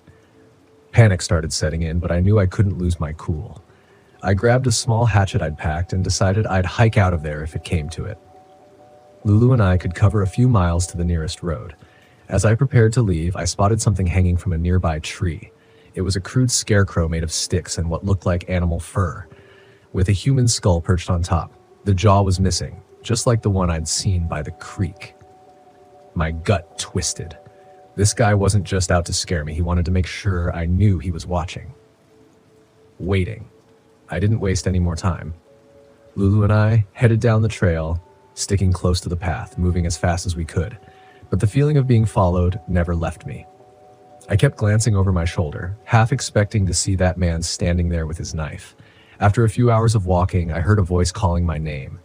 It was low, almost a whisper, but unmistakable. I couldn't tell where it was coming from, but it was close. Too close. My heart was pounding like a drum, but I forced myself to keep moving. Lulu was whimpering, pressing against my leg, clearly just as terrified. The voice kept calling, over and over, each time sounding a little closer. Then I saw him, standing on the trail ahead of us, grinning. His teeth were sharp, broken in places like he'd been gnawing on something hard. He raised his knife, pointing it at me like an invitation. "I'm going to find you, Amelia," he said, his voice raspy and guttural. "Ain't no one coming to save you." I swung my hatchet, keeping him at bay, and backed away, my heart hammering. He didn't flinch. He just stood there, grinning like he enjoyed the fear in my eyes. Then he lunged. I swung the hatchet hard, hearing a sickening crunch as it connected with his shoulder. He let out a low, guttural scream, but didn't stop. He kept coming, even with blood pouring down his arm. I ran, pulling Lulu with me, not looking back until we reached the edge of the clearing where the RV was parked. I could still hear his laughter echoing through the trees, fading as I reached the vehicle. Miraculously, the RV started up on the first try, as if it had been waiting for me. I didn't look back. I didn't want to see if he was standing there watching as I drove away. I floored it, heading straight for the nearest town, not stopping until I was miles away. When I finally reached a gas station, I stumbled out, barely able to speak. The attendant took one look at me and called the cops. A few hours later, after I had calmed down enough to explain what happened, they sent out a search party. They didn't find him, just the remains of that makeshift scarecrow and the symbols etched into the dirt. They told me he was probably some local recluse, maybe a deranged survivalist who'd gone off-grid. But the look in their eyes told me they didn't believe that. Not really. Last I heard, they found another body near that campsite, a missing hiker who'd been out there a few months before. His jawbone was missing too, and every now and then I hear rumors from other campers, stories about a pale man with a knife who calls their name out in the woods. I haven't been back to the Smokies since, and I don't plan to. My name is Grace Phillips, and this happened to me on June 12th, 1994. I had decided to take a week off from my job as a mechanic in Baltimore to do some solo camping. I'd bought a second-hand RV, nothing fancy, but it was my escape pod. I chose a spot in the Allegheny National Forest in Pennsylvania, a place far enough from the hustle and bustle, but close enough that I could get back if needed. I remember packing up the RV early in the morning, making sure I had enough supplies for the week: water, food, a few books, and my fishing gear. I wasn't much of a hunter, and I didn't own a gun. The most dangerous thing I expected to face was a raccoon trying to steal my food. I wasn't exactly a survivalist, just a guy looking to unplug for a bit. The drive took about 5 hours. I pulled into the campsite around noon, parked the RV, and set up. The spot was perfect, a small clearing surrounded by trees with a view of a nearby lake. There were a few other campers around, but they were scattered far enough that I felt alone. I spent the first day fishing, catching a couple of small bass and reading a bit. The weather was perfect, and I felt more relaxed than I had in months. That night, after a dinner of fresh fish and canned beans, I sat by the campfire, enjoying the quiet. I could hear the distant sounds of crickets and the occasional hoot of an owl. Around 10, I decided to call it a night. I doused the fire, locked up the RV, and climbed into bed.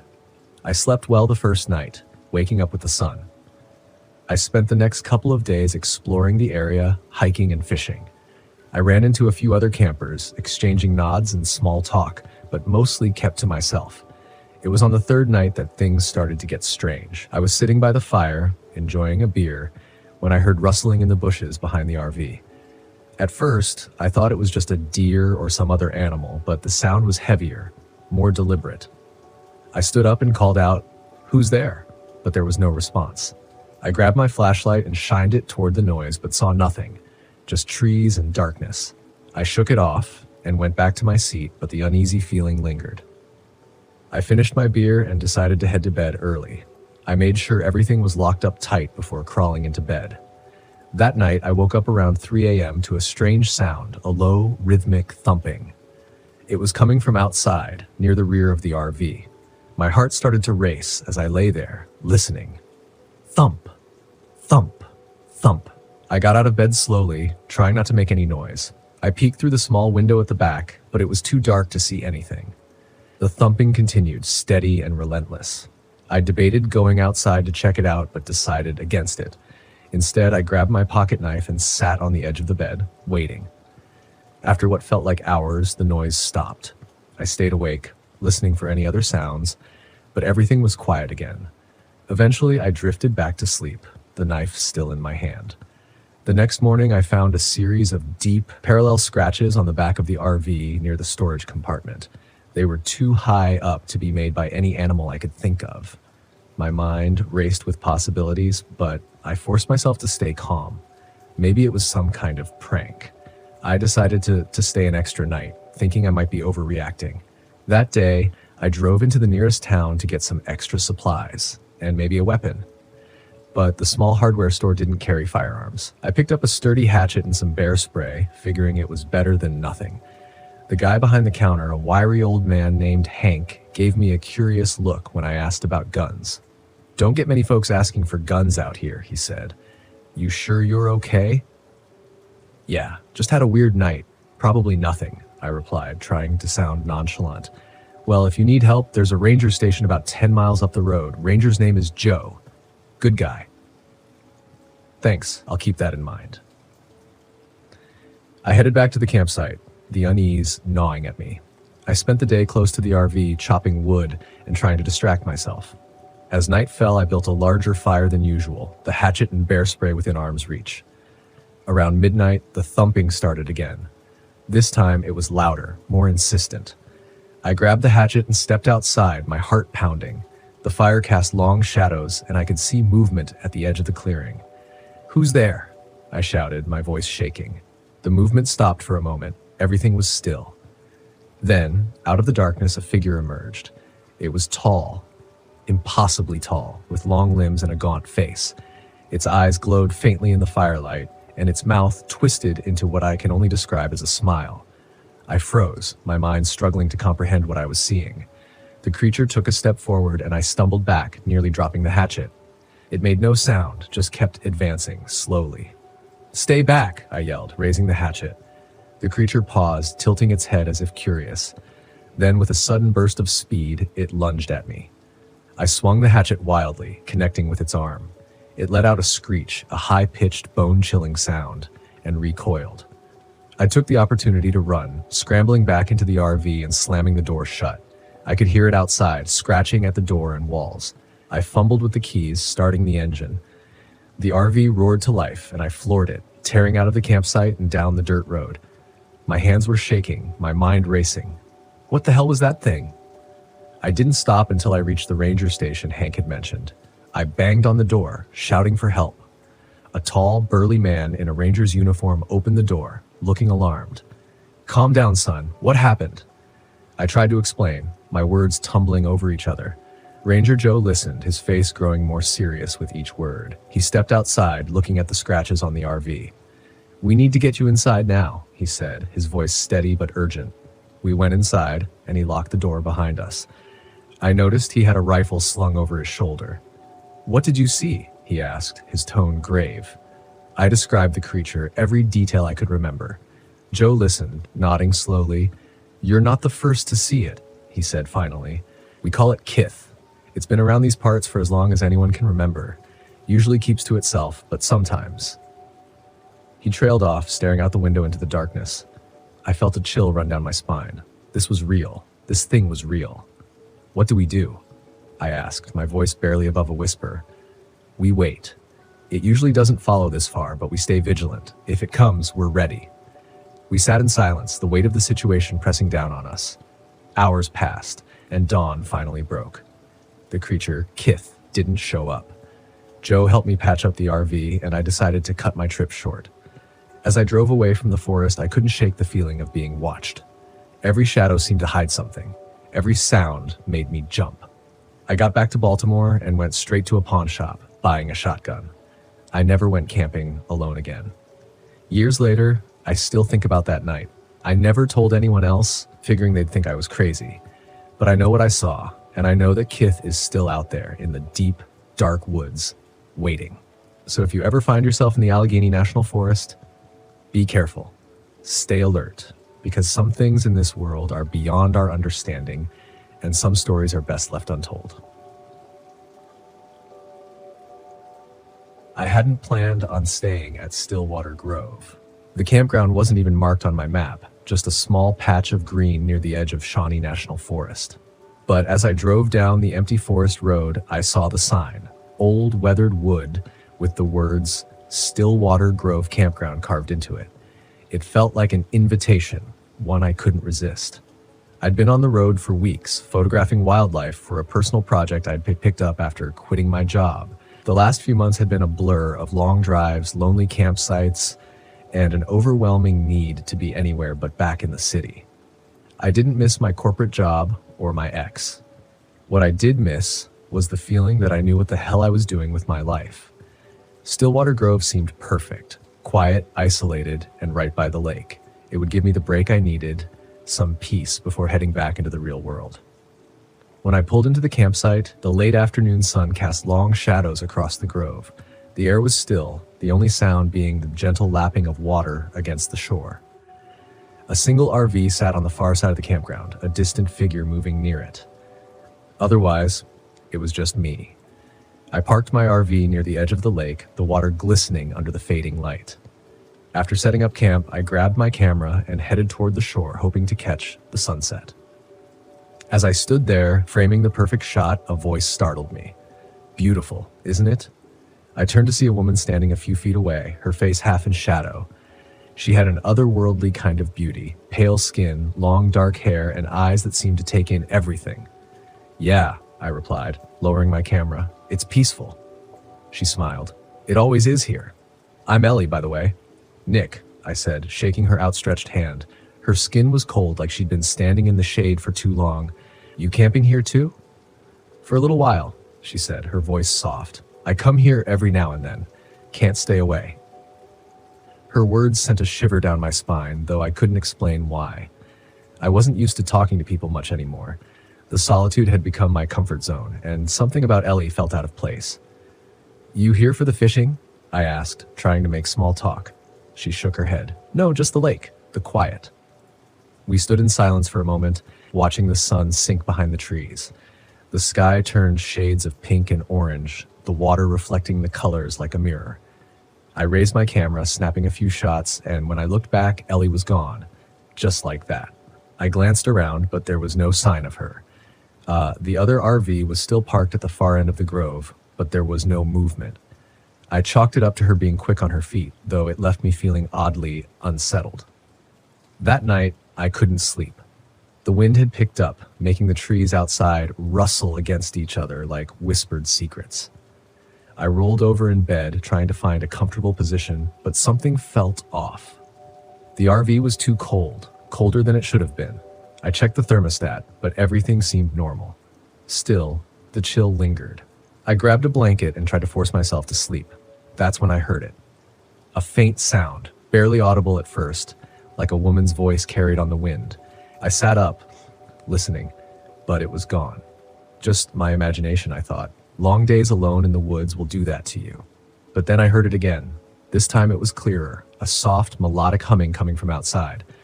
I climbed out of bed, grabbing my flashlight. My breath fogged up in the cold air as I stepped outside the RV, scanning the campsite. Nothing. Just the stillness of the lake and the trees swaying gently in the wind. But the humming persisted, coming from near the water's edge. I walked toward the shore, the beam of my flashlight dancing over the ground. And that's when I saw her. A woman in white, standing at the edge of the lake, her back to me. Her long, dark hair hung loose down her back, swaying slightly as she hummed that haunting tune. Ellie? I called out, my voice shaking. She didn't turn. She just stood there, motionless, her gaze fixed on the water. Something about the way she stood, so still, so rigid, set my nerves on edge. I took a step closer, the flashlight illuminating her pale figure, but as soon as the light touched her, she vanished. I blinked, stunned. 1 second. Second, she'd been there, and the next, she was gone.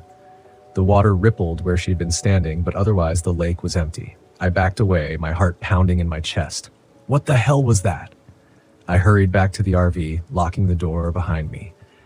My breath came in quick, shallow gasps. My hands were shaking.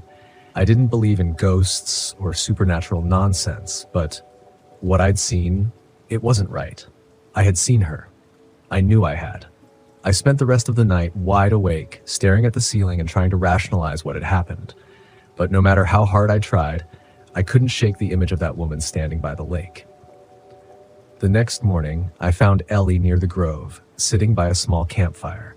She smiled when she saw me, though her smile didn't quite reach her eyes. Rough night? She asked, as if she already knew. Yeah, I said, sitting down across from her. I saw something last night. A woman by the lake. I thought it was you, but she wasn't there when you got close. Ellie finished, her voice calm. Too calm. The Lady of Stillwater. The what? I asked, feeling a chill run through me. Ellie looked at me, her eyes dark and hollow. She's been here for a long time. Longer than the campground, longer than the trees. She drowned in the lake, or so the story goes. Some say she was waiting for someone. Her lover, I think, but he never showed. I stared at her, my stomach twisting. You're telling me she's a ghost? Ellie shrugged. Call it what you want, but she's real. And now that you've seen her, she won't let you go. I laughed, though it came out shaky. That's insane. Is it? Ellie asked, her gaze locking onto mine. You saw her. You know she's real. I opened my mouth to argue, but the words died in my throat. I had seen her, and it hadn't been a trick of the light or my imagination. Something had been there, something that shouldn't have been. What does she want? I asked quietly. Ellie's eyes flicked toward the lake. She wants what she's always wanted, to take someone with her into the water. That night, the sound started again. At first, it was the soft humming drifting through the night air. Then the splashing, gentle, rhythmic, like someone wading through the water. I lay in bed, my heart racing, my body tense. I didn't want to go outside. I didn't want to see her again. But the pull was stronger this time. A strange compulsion tugged at me, drawing me toward the lake. I tried to fight it, to stay in the RV, but my legs moved on their own, carrying me outside into the cold night air. The lake was calm, reflecting the pale moonlight. And there she was, standing in the water, her white dress billowing around her as if moved by an unseen current. "Come to me," she whispered, her voice soft but clear. "Please, come." I took a step forward, my body moving against my will. The water lapped at my shoes, and I could feel the cold seeping into my skin. "Come with me," she said again, her voice almost pleading now. "I've waited so long." I fought to resist, to break free from whatever force was drawing me in. But my feet kept moving, the water now up to my knees, freezing cold. I could feel the pull of the lake, the weight of the water dragging me down. Suddenly, a hand grabbed my arm, yanking me back with such force that I stumbled onto the shore. Ellie stood beside me, her face pale, her grip strong. "You have to leave," she said, her voice urgent now, "before it's too late." I looked back at the lake, but the woman was gone. The water was still, as if nothing had happened. "What the hell is happening?" I gasped, my breath coming in shallow bursts. Ellie's expression was grim. "She's marked you now. If you stay, she'll take you. You have to go." I didn't argue. I packed up my things, my hands shaking, adrenaline coursing through my veins. Within minutes, I was back in the RV, starting the engine and pulling out of the campsite as fast as I could. As I drove away, I glanced in the rearview mirror. Ellie stood at the edge of the grove, watching me go, her face unreadable, and behind her, just barely visible in the mist, was the Lady of Stillwater, her pale eyes following me, waiting for me to return. I didn't look back again. My name is Alexander Hughes, and I was 38 years old when this happened in October 2021. I'm a freelance writer, mostly covering travel and folklore. I've spent years chasing stories, driving my RV from one place to the next, always chasing inspiration, or maybe just running away. Back then, I thought of myself as independent, untethered, invincible. But Spruce Knob changed that. It was supposed to be a quick trip. I'd heard whispers about a place in West Virginia where strange things happened. Laughing voices in the woods, small footprints appearing where no child had walked in decades. The locals called it the Lost Children of Spruce Knob. The legend was vague, tied to an old settlement that had long since disappeared. A winter storm, children wandering too far, and a tragedy that no one liked to talk about. It was exactly the kind of story my editor loved. I arrived at the campsite just before sunset. The drive had been rough, the winding roads climbing higher and higher into the dense forest. The air was crisp, the kind of cold that settles in your bones. My RV sputtered a bit as I parked, but I didn't think much of it. I was used to minor mechanical issues. The campsite was deserted, just how I liked it. Solitude made it easier to write. I spent the first hour setting up, unpacking my laptop and notes, snapping a few photos of the eerie, misty forest for my article. By the time I lit a small fire, the sun had dipped below the horizon, leaving the world bathed in a dusky blue. That's when I heard it. At first, it was faint, like the distant hum of the wind. But as I sat by the fire, sipping lukewarm coffee, the sound grew clearer. Laughter, high-pitched and playful, like children chasing each other in a game of tag. I froze, the mug halfway to my lips. The nearest town was miles away. Who would bring children all the way out here at night? "Hello?" I called, my voice shaky. The laughter stopped. I stood, shining my flashlight toward the tree line. The beam cut through the darkness, revealing nothing but the skeletal branches swaying in the wind. I told myself it was my imagination, the product of too many ghost stories and too much caffeine. But as I turned back to the fire, I couldn't shake the feeling that I wasn't alone. The next morning, I found footprints. They were small, barefoot, pressed into the dirt just outside my RV. A trail of them circled the fire pit and wandered toward the trees. My stomach churned. I crouched, running my fingers over one of the prints. It couldn't have been there long. The edges were still sharp, undisturbed by wind or dew. I took a photo, the click of my camera loud in the still morning air. "This is ridiculous," I muttered, straightening. But even as I brushed it off, my pulse quickened. I spent the day exploring, hiking through the dense woods with my notebook in hand. The forest felt oppressive, the kind of quiet that makes you hyper-aware of every twig snapping underfoot. I found an abandoned cabin about a mile from the campsite, its roof caved in, walls covered in moss and lichen. Inside, I discovered old yellowed pages scattered across the floor. The handwriting was faint, but I could make out enough to piece together the story. The cabin had belonged to a family who'd settled here in the 1800s. They had 3 children, 2 boys and a girl. During a brutal winter, the father sent the children out to gather firewood. A storm rolled in suddenly, and they never came back. Their bodies were never found, and the parents were said to have gone mad with grief. I shivered, hugging my coat tighter. The pages felt heavy in my hands, the words pressing into my mind like a weight. That night, the laughter returned. It started faintly, just like before, but this time it was accompanied by something else, a tapping sound. At first, I thought it was the wind rattling the RV, but then it grew more deliberate. Tap, tap, tap, like small fingers drumming against the window. I didn't want to look. Every instinct screamed at me to stay hidden under my blanket, to pretend I didn't hear it. But curiosity is a terrible thing. Slowly, I slid out of bed and crept toward the window. The fog outside was thick, swirling like smoke, but through it, I saw a shape, a small figure standing just beyond the fire pit. My breath caught. It was a little girl, no older than 7, with long hair tangled around her face. Her dress was ragged, her bare feet pale against the damp earth. She stood perfectly still, her head tilted as if waiting for me to step outside. I backed away from the window, my heart pounding. "Nope," I whispered. "No way." The tapping stopped. When I finally worked up the courage to look again, she was gone. The next morning, my RV wouldn't start.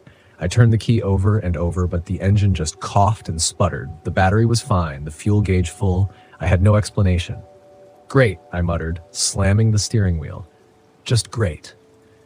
There was no cell service, no way to call for help. I was stranded. Determined to distract myself, I decided to hike back to the cabin. Maybe I could find more of the journal pages, something to help me understand what was happening. But as I neared the cabin, the forest seemed darker, the air colder. I found the doll on the trail. It was old, its fabric faded and torn, one button eye missing. It hadn't been there the day before. I hesitated, staring at it. Something moved in the corner of my vision, a flicker of motion among the trees.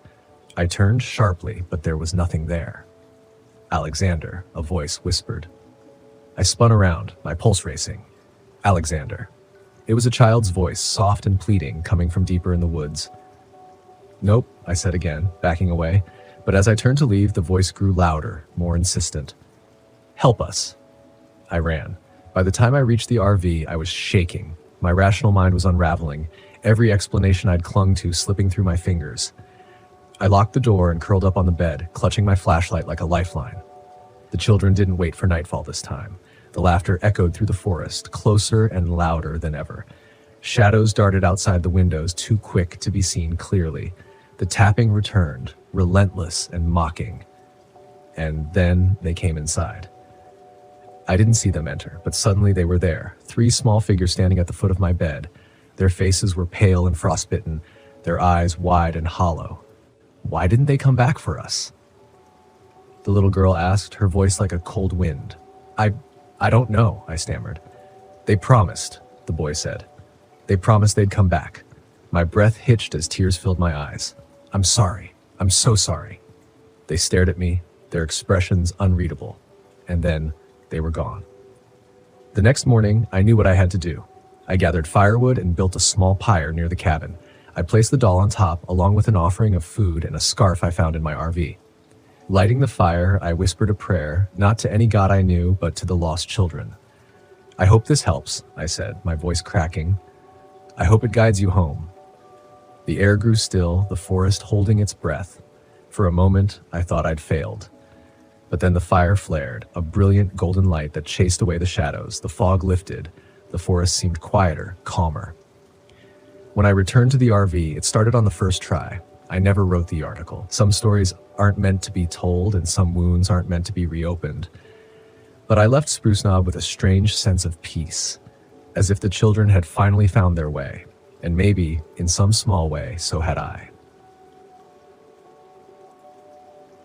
My name is Zoe Richardson, and I was 39 years old when I decided to abandon my city life and embrace the solitude of the wild.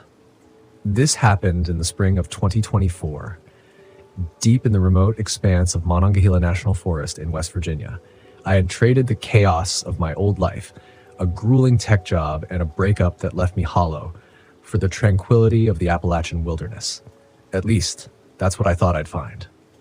I had heard whispers about Black Hollow, an isolated area nestled near Cheat Mountain, but they were just that, whispers. Locals at the last gas station warned me about strange happenings in the hollow, but I chalked it up to small-town superstition. I wanted quiet, not ghost stories.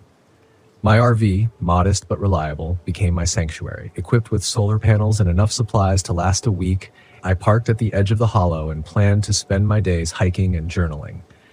The first few hours were serene, just the sounds of chirping birds and the rustle of leaves in the breeze. But by sunset, the forest had changed. The first sign was the silence. It was as if someone had flipped a switch, muting every bird and every insect. I paused mid-step on my way back to the RV, my boots crunching against the gravel road, the only sound. A chill crawled up my spine, but I shook it off. Solitude does strange things to the mind. As I prepared dinner that evening, the quiet pressed against the walls of the RV. I tried turning on my solar-powered lights, but they flickered weakly before going out entirely. A malfunction, I thought. I could fix it tomorrow. I used a flashlight instead, its narrow beam making the shadows seem alive. I was climbing into bed when I heard it, my own voice, faint and far away, calling out from the woods. Help! Someone help me! I froze, my heart hammering. It sounded distorted, like a bad recording, but it was unmistakably me. I grabbed my flashlight and swung the beam toward the trees outside the window. Nothing. The voice came again, weaker this time. I thought about venturing out, but my instincts screamed at me to stay inside. I locked the door and spent a restless night listening to the silence. The next morning I met Maya Carter, a hiker in her mid-20s with a backpack nearly her size. She startled me as I was adjusting my solar panels. Her bright smile clashed with the uneasy mood of the forest. "Hey there," she said. "Didn't expect to see anyone else out here. Most people avoid this place." "I'm Zoe," I said, extending a hand. "What brings you to Black Hollow?" She explained that she was researching Appalachian folklore for her podcast. Her excitement was infectious, though I found her curiosity a little reckless. When I mentioned the strange silence and the voice, she brushed it off. "Classic auditory hallucination," she said.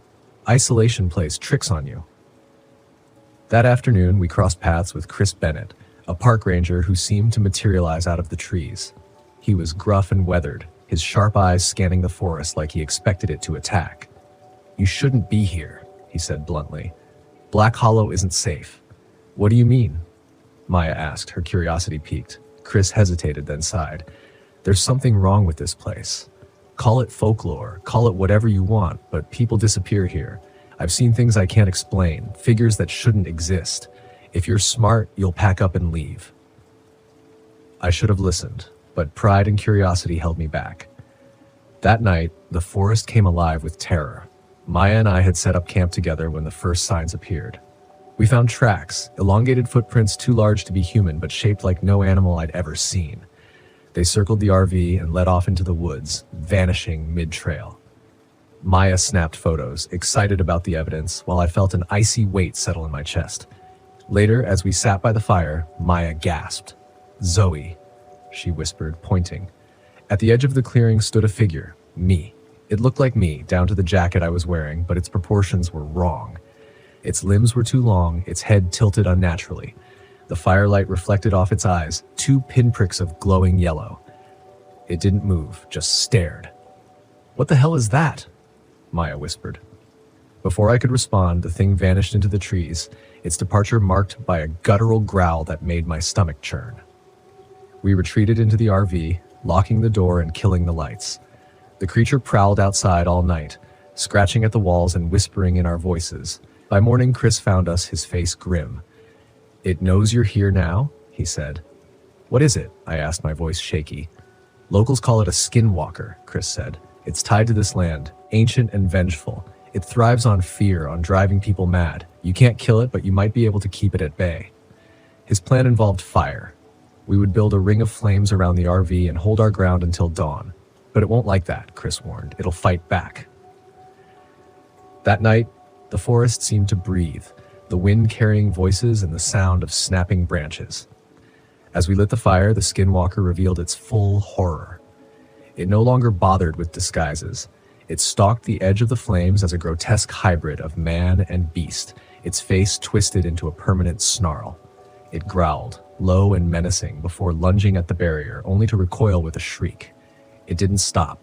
It circled the fire endlessly, its form shifting from human to animal to something unrecognizable. The sight was maddening, and I fought to keep my focus. Then it changed tactics. "Zoe," it called in Maya's voice. "It's me. I'm hurt. Please help." I looked at her, huddled beside Chris, pale and shaking. "Don't listen," she whispered. Chris suddenly stood, his face blank. "It's calling me," he muttered. "Chris, no." I grabbed his arm, but he shook me off and stepped into the dark. The skinwalker pounced, its claws tearing into him as he screamed. Maya and I watched in horror, unable to do anything. By dawn, the forest was silent again, and the creature was gone. We stumbled back to the edge of the hollow, Chris's sacrifice heavy on our shoulders. His warning stayed with me. Some places aren't meant for us. I abandoned my RV and left Black Hollow, vowing never to return. Maya quit her podcast, too haunted to revisit the story she once sought. To this day, I hear that growl in my nightmares, and I wonder if it's still out there, watching, waiting. If you ever find yourself in Black Hollow, heed this warning. Turn back. Some legends are real, and they hunger. My name is Owen Bell, and it was back in 2019 when I set off in my rickety RV toward the Smoky Mountains in Tennessee.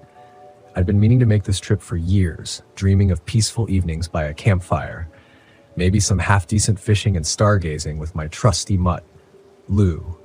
Lou was about the only company I had left after a messy divorce and a career that went belly up. So there we were, just a man, his dog, and the open road. It sounded good on paper. The first few days went smoothly. No phone calls, no work stress, just me and Lou with the mountains rolling past. But on the third day, I pulled up into a secluded clearing I'd scouted online, planning to stay there for the night. The place was dead quiet, and the air felt still, like the whole world had hit the pause button. A perfect spot, or so I thought. That night, as I was trying to get a fire going, I heard something that sounded like footsteps just beyond the tree line. I brushed it off as a deer or some other wildlife, maybe hoping it wasn't a bear. The footsteps would stop when I stopped moving, like whoever or whatever it was had no interest in being discovered. I'd crack a joke, but it didn't exactly feel like a time for humor. The noises stopped around midnight, just as abruptly as they'd started. I was relieved, chalking it up to paranoia or some animal passing through. But when I woke up the next morning, I noticed something strange. The rocks I'd left scattered around the fire pit were arranged in a neat little pile, stacked like some kind of primitive signal. My stomach tightened. Lou, usually calm as a stone, was on edge too, sniffing around like he'd picked up a scent that made him uneasy. Maybe it was a harmless prank, or maybe not. Day 4 rolled around, and I figured I'd do a bit of exploring while there was still daylight. I packed up my gear, leaving my RV behind as I set out to find a nearby stream.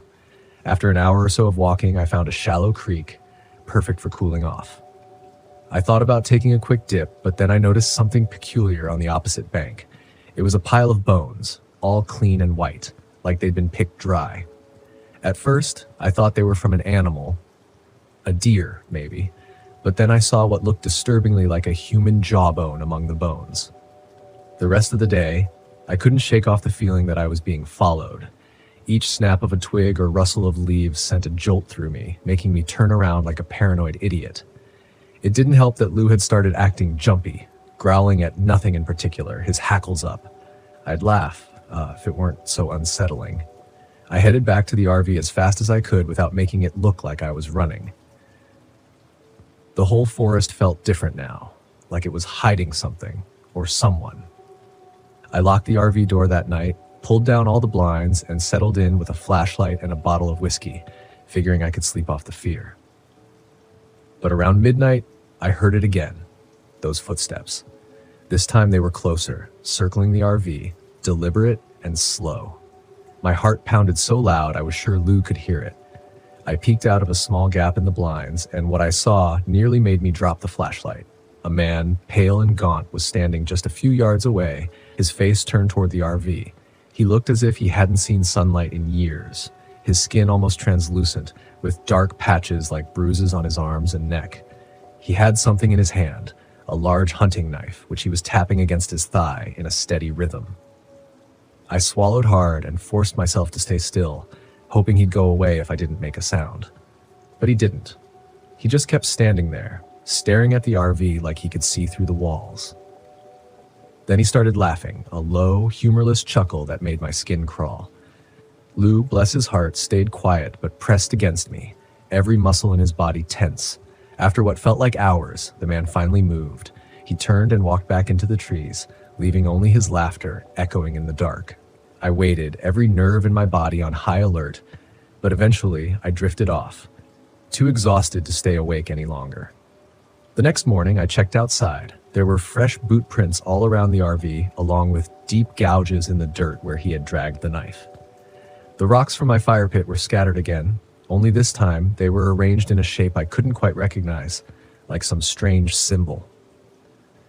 I knew I had to leave, but my RV wouldn't start. It had been running fine all week, but now it was as dead as a doornail. I tried to radio for help, but all I got was static. It was like someone or something wanted me to stay. Panic started setting in, but I knew I couldn't lose my cool. I grabbed a small hatchet I had packed and decided I'd hike out of there if it came to it. Lou and I could cover a few miles to the nearest road.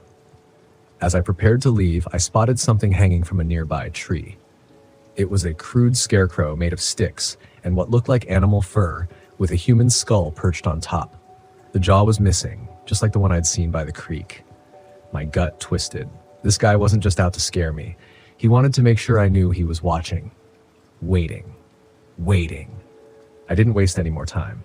Lou and I headed down the trail, sticking close to the path, moving as fast as we could, but the feeling of being followed never left me.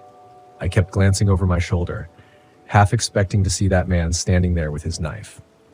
After a few hours of walking, I heard a voice calling my name. It was low, almost a whisper, but unmistakable. I couldn't tell where it was coming from, but it was close. Too close. My heart was pounding like a drum, but I forced myself to keep moving. Lou was whimpering, pressing against my leg, clearly just as terrified. The voice kept calling over and over, each time sounding a little closer. Then I saw him.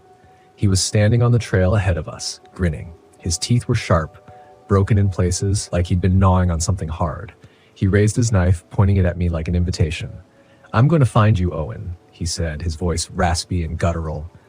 "Ain't no one coming to save you." I swung my hatchet, keeping him at bay, and backed away, my heart hammering. He didn't flinch. He just stood there, grinning like he enjoyed the fear in my eyes. Then he lunged. I swung the hatchet hard, hearing a sickening crunch as it connected with his shoulder. He let out a low, guttural scream, but didn't stop. He kept coming, even with blood pouring down his arm. I ran, pulling Lou with me, not looking back until we reached the edge of the clearing where the RV was parked. I could still hear his laughter echoing through the trees, fading as I reached the vehicle.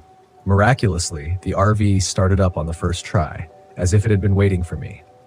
I didn't look back. I didn't want to see if he was standing there, watching as I drove away.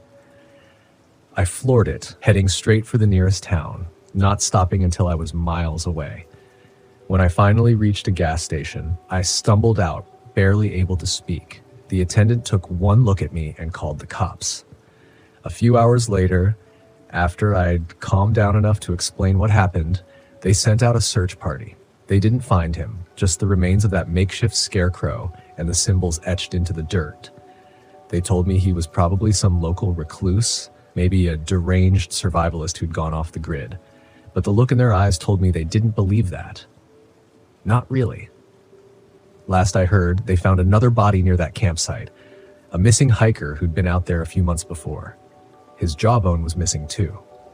And every now and then I hear rumors from other campers, stories about a pale man with a knife who calls their name out in the woods. I haven't been back to the Smokies since, and I don't plan to. I thought a week alone in the Apache Sitgreaves National Forest would be the perfect way to clear my head after everything that had happened. The divorce, leaving the military, and that nagging feeling I'd wasted years of my life.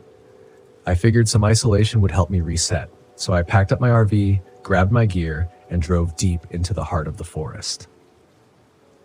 I should have known better when I first pulled into the campsite. I felt that familiar sense of calm I used to get on deployment, a kind of satisfaction that comes with being prepared for whatever the wilderness might throw at me. The Apache Sitgreaves is a vast, rugged place, and this far in, you don't see many other campers. That's why I picked it. No people, no distractions, just the forest, my RV, and my thoughts. I set up camp quickly, parking the RV at the edge of a tree line overlooking a deep ravine.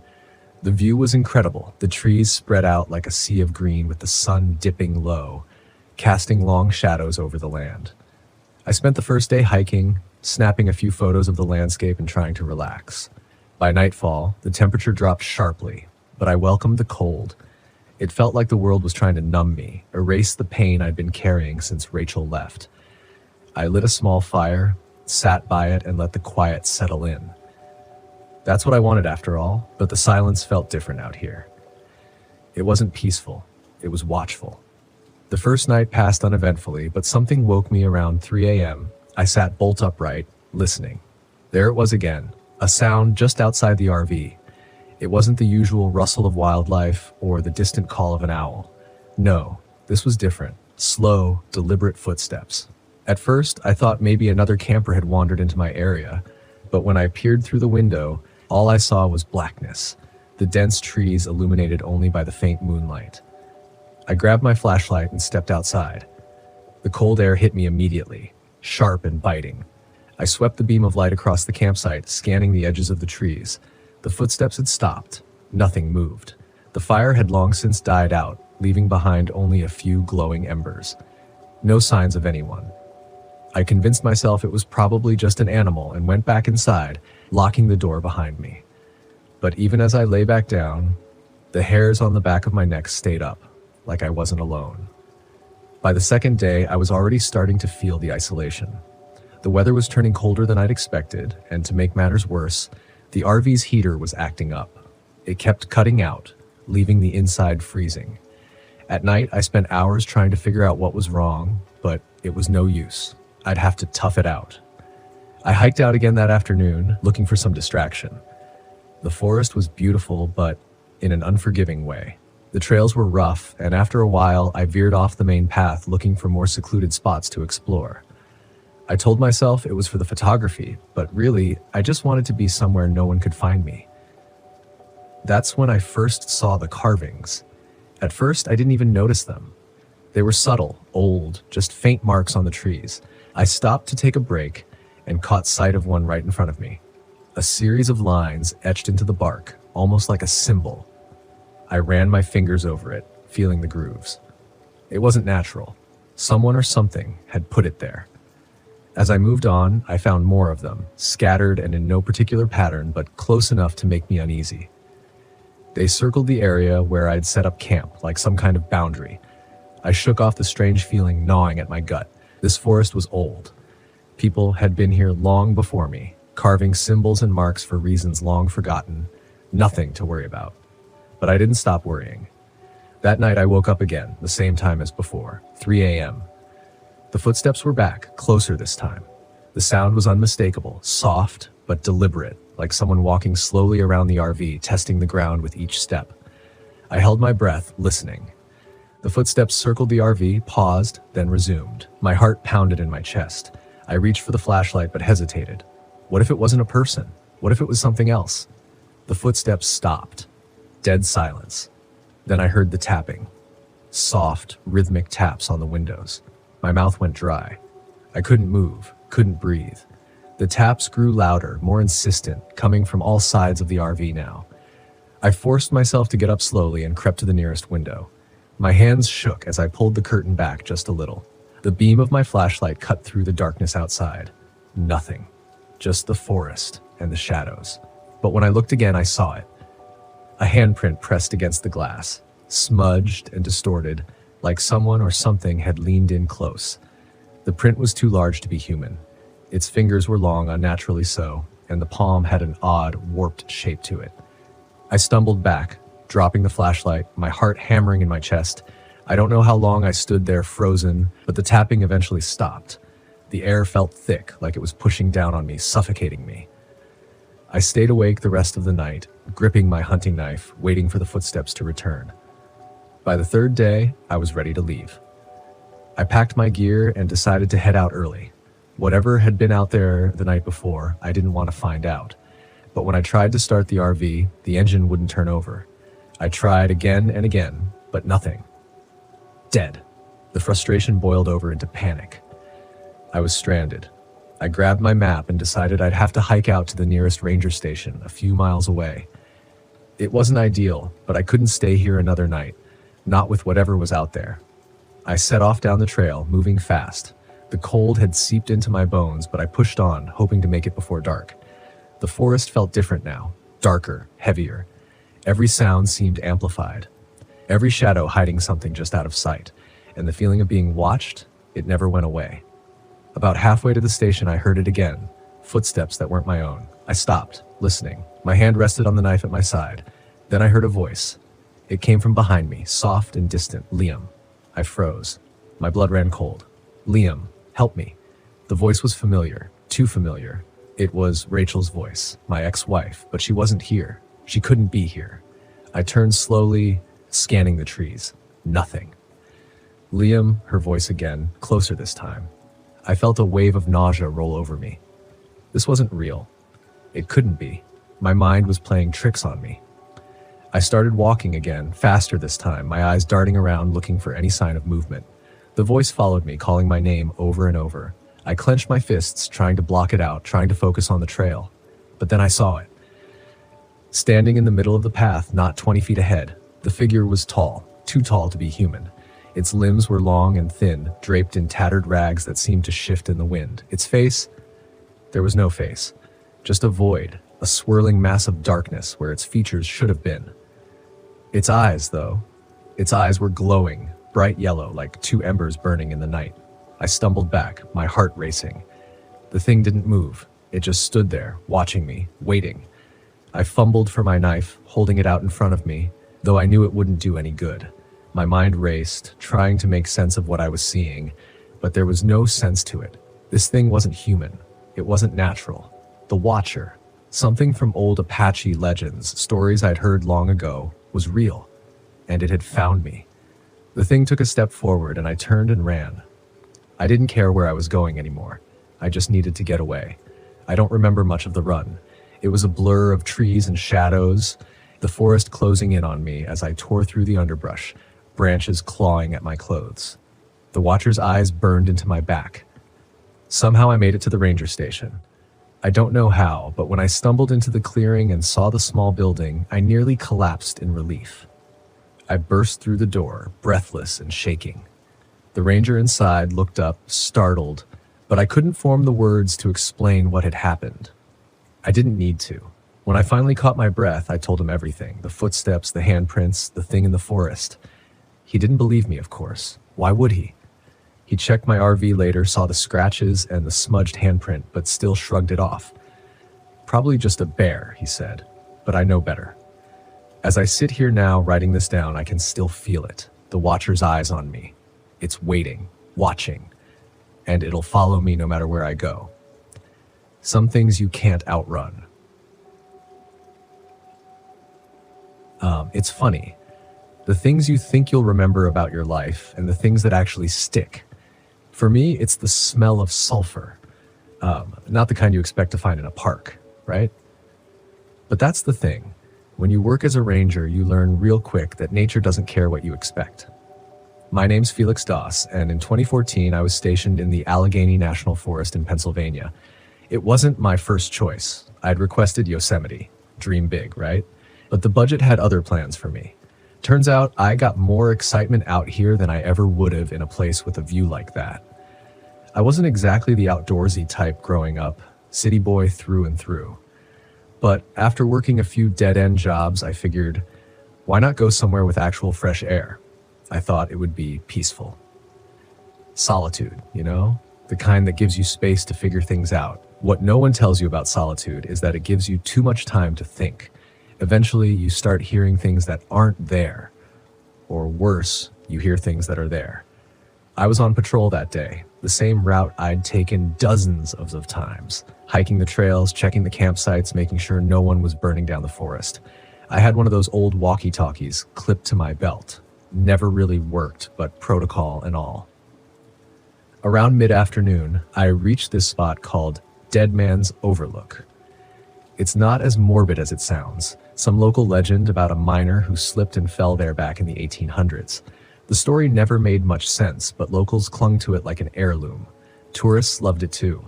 It's got a view that stretches for miles, thick trees and a river cutting through the valley. Nothing about it screamed danger to me until I saw the smoke. Normally, I'd figure it was some camper with more enthusiasm than skill trying to start a fire, but this smoke was different, thick and dark, like it had an agenda. I picked up the pace, my boots crunching on the dirt path, and radioed back to the station. No reply, of course. When I got closer, the air changed. That sulfur smell hit me hard, like the world had gone rotten. I remember thinking, what the hell is someone burning out here? I followed the scent, more out of curiosity than duty at that point, and it led me to this clearing I didn't recognize. I'd covered the area 100 times, but I'd never seen this spot before. Not once. There was something wrong about the place. The trees were older here, thick and gnarled like they'd seen too much. The clearing was small, just a patch of bare earth surrounded by forests so dense it blocked out the sun. And in the middle of it was a fire, if you could call it that. More like embers glowing in a circle. Almost ritualistic. There were bones too, not animal, human.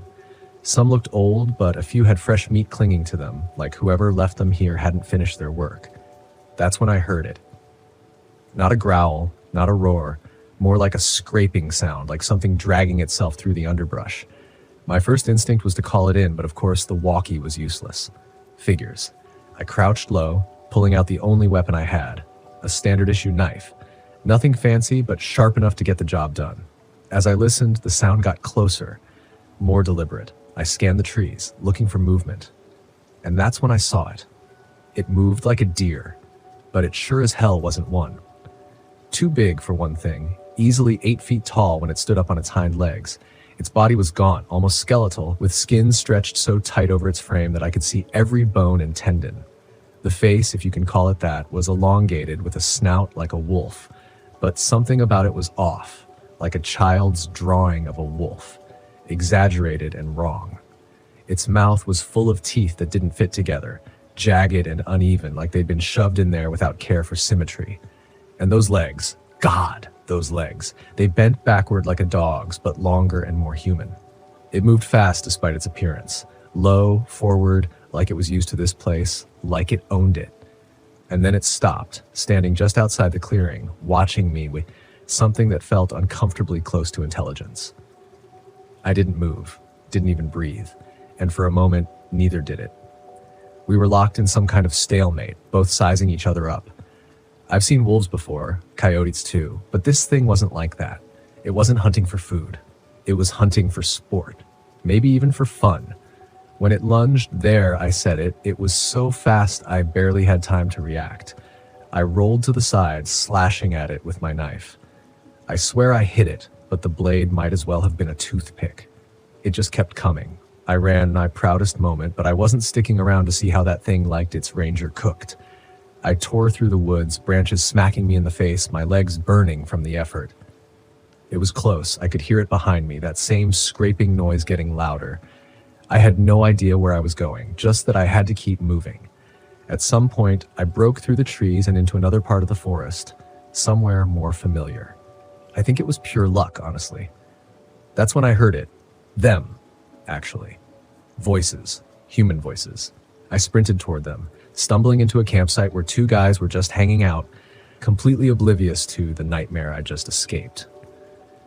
They looked at me like I'd lost my mind. And maybe I had.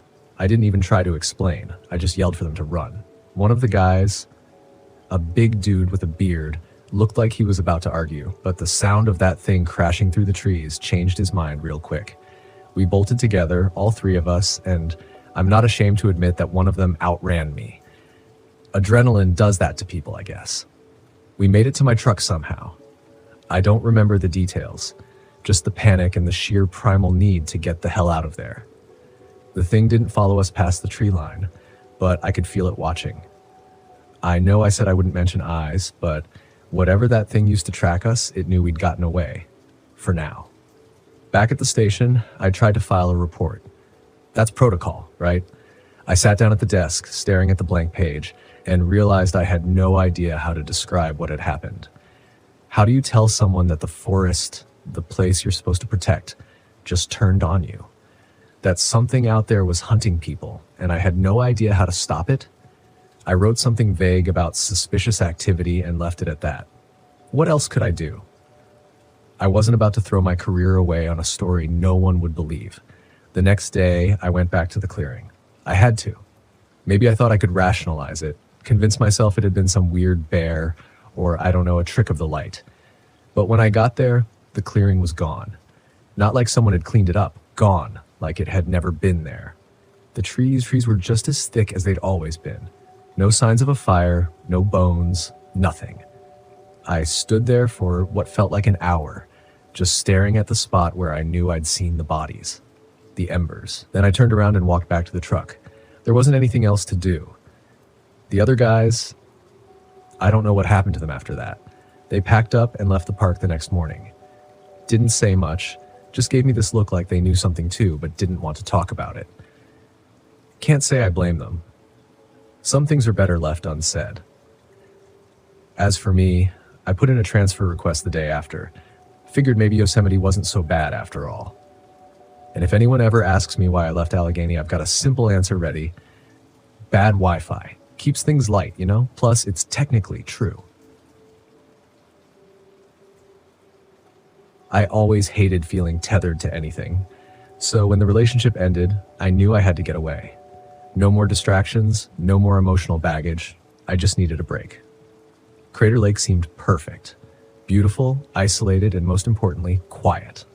I packed my old RV, grabbed some hiking gear, and headed out for a long weekend of camping. I arrived late in the afternoon, the sun already beginning to set behind the towering cliffs surrounding the lake. Crater Lake was as stunning as I'd imagined. Deep blue waters so clear they reflected the sky, encircled by jagged cliffs that loomed like ancient sentinels. The park was busy enough near the main viewpoints, but I was smart. I'd found a campsite far from the crowds, tucked away near the southeastern shore where the trees were thick and the lake was quieter, almost unnervingly so. It was just what I wanted. Solitude. But as I parked my RV and set up camp, a strange feeling settled over me. The wind was too still, and even though the lake was calm, there was a low hum in the air, like the whisper of something just out of earshot. I shook it off. Just nerves, I told myself. Nothing to worry about. After all, I hadn't done a solo trip like this since before I met Sarah. The memories tugged at me, but I pushed them away. I spent the first evening by the fire, watching the stars come out as the lake turned to ink. Crater Lake was famous for its clarity, its mirror-like surface reflecting everything above it perfectly, but tonight the water looked different, darker, maybe even opaque. I stared out across the lake, trying to ignore the strange tightness in my chest when I heard it. A faint sound carried on the wind, laughter, childlike, distant, but unmistakable. I sat up, listening harder. The night was still, but there it was again, faint but clear. I scanned the shoreline, looking for anyone else camping nearby. Nothing but fog creeping over the water and the flickering shadows of my fire. Probably kids playing somewhere across the lake, I muttered to myself, though I didn't believe it. I was too far out. The ranger had said as much when I checked in. This spot was about as secluded as you could get. Besides, the laughter didn't sound right.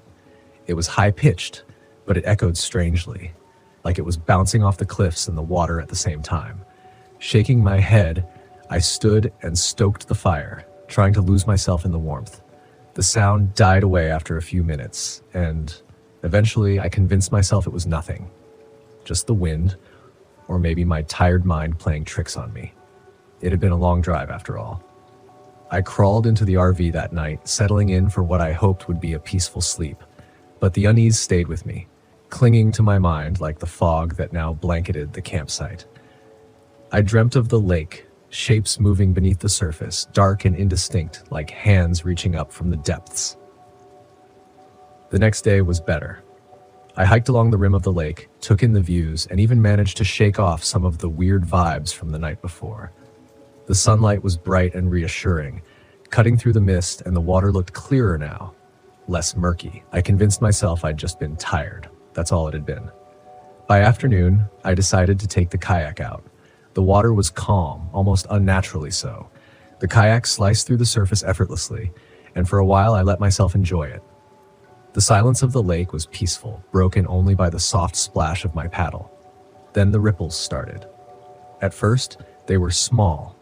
Nothing more than the gentle rocking of water disturbed by a fish, maybe. But as I moved farther out, the ripples became more pronounced. They seemed to come from nowhere, disturbing the otherwise glassy surface of the lake. I stopped paddling, staring at the water, trying to figure out where they were coming from. There was nothing, no fish, no breeze, no sign of anything that could cause the water to move like that. But the ripples were there, spreading out from somewhere beneath the kayak. That's when I saw it. A dark shape, maybe 15 feet below, moving slowly. It was too large to be a fish and too humanoid to be anything I could easily explain. It floated there for a moment before drifting deeper, vanishing into the darkness. I blinked, gripping my paddle tighter. My heart raced, but I forced myself to breathe. Maybe it was a log, I reasoned, or some weird optical illusion. I was looking through layers of water, after all, and who knew how light refracted down there? But deep down, I didn't believe it. I paddled back to shore faster than I cared to admit, my eyes glued to the water the whole time, watching for any more signs of movement. By the time I made it back to my campsite, the sun was starting to dip, and the fog was rolling in again, thicker this time. The wind picked up just enough to rustle the trees, and with it came that faint sound again, laughter. This time, I couldn't ignore it. I stood at the edge of the lake, staring out into the mist, trying to pinpoint where the sound was coming from. It was definitely children's voices now, several of them giggling and splashing, but as I scanned the shoreline, the hairs on the back of my neck prickled there.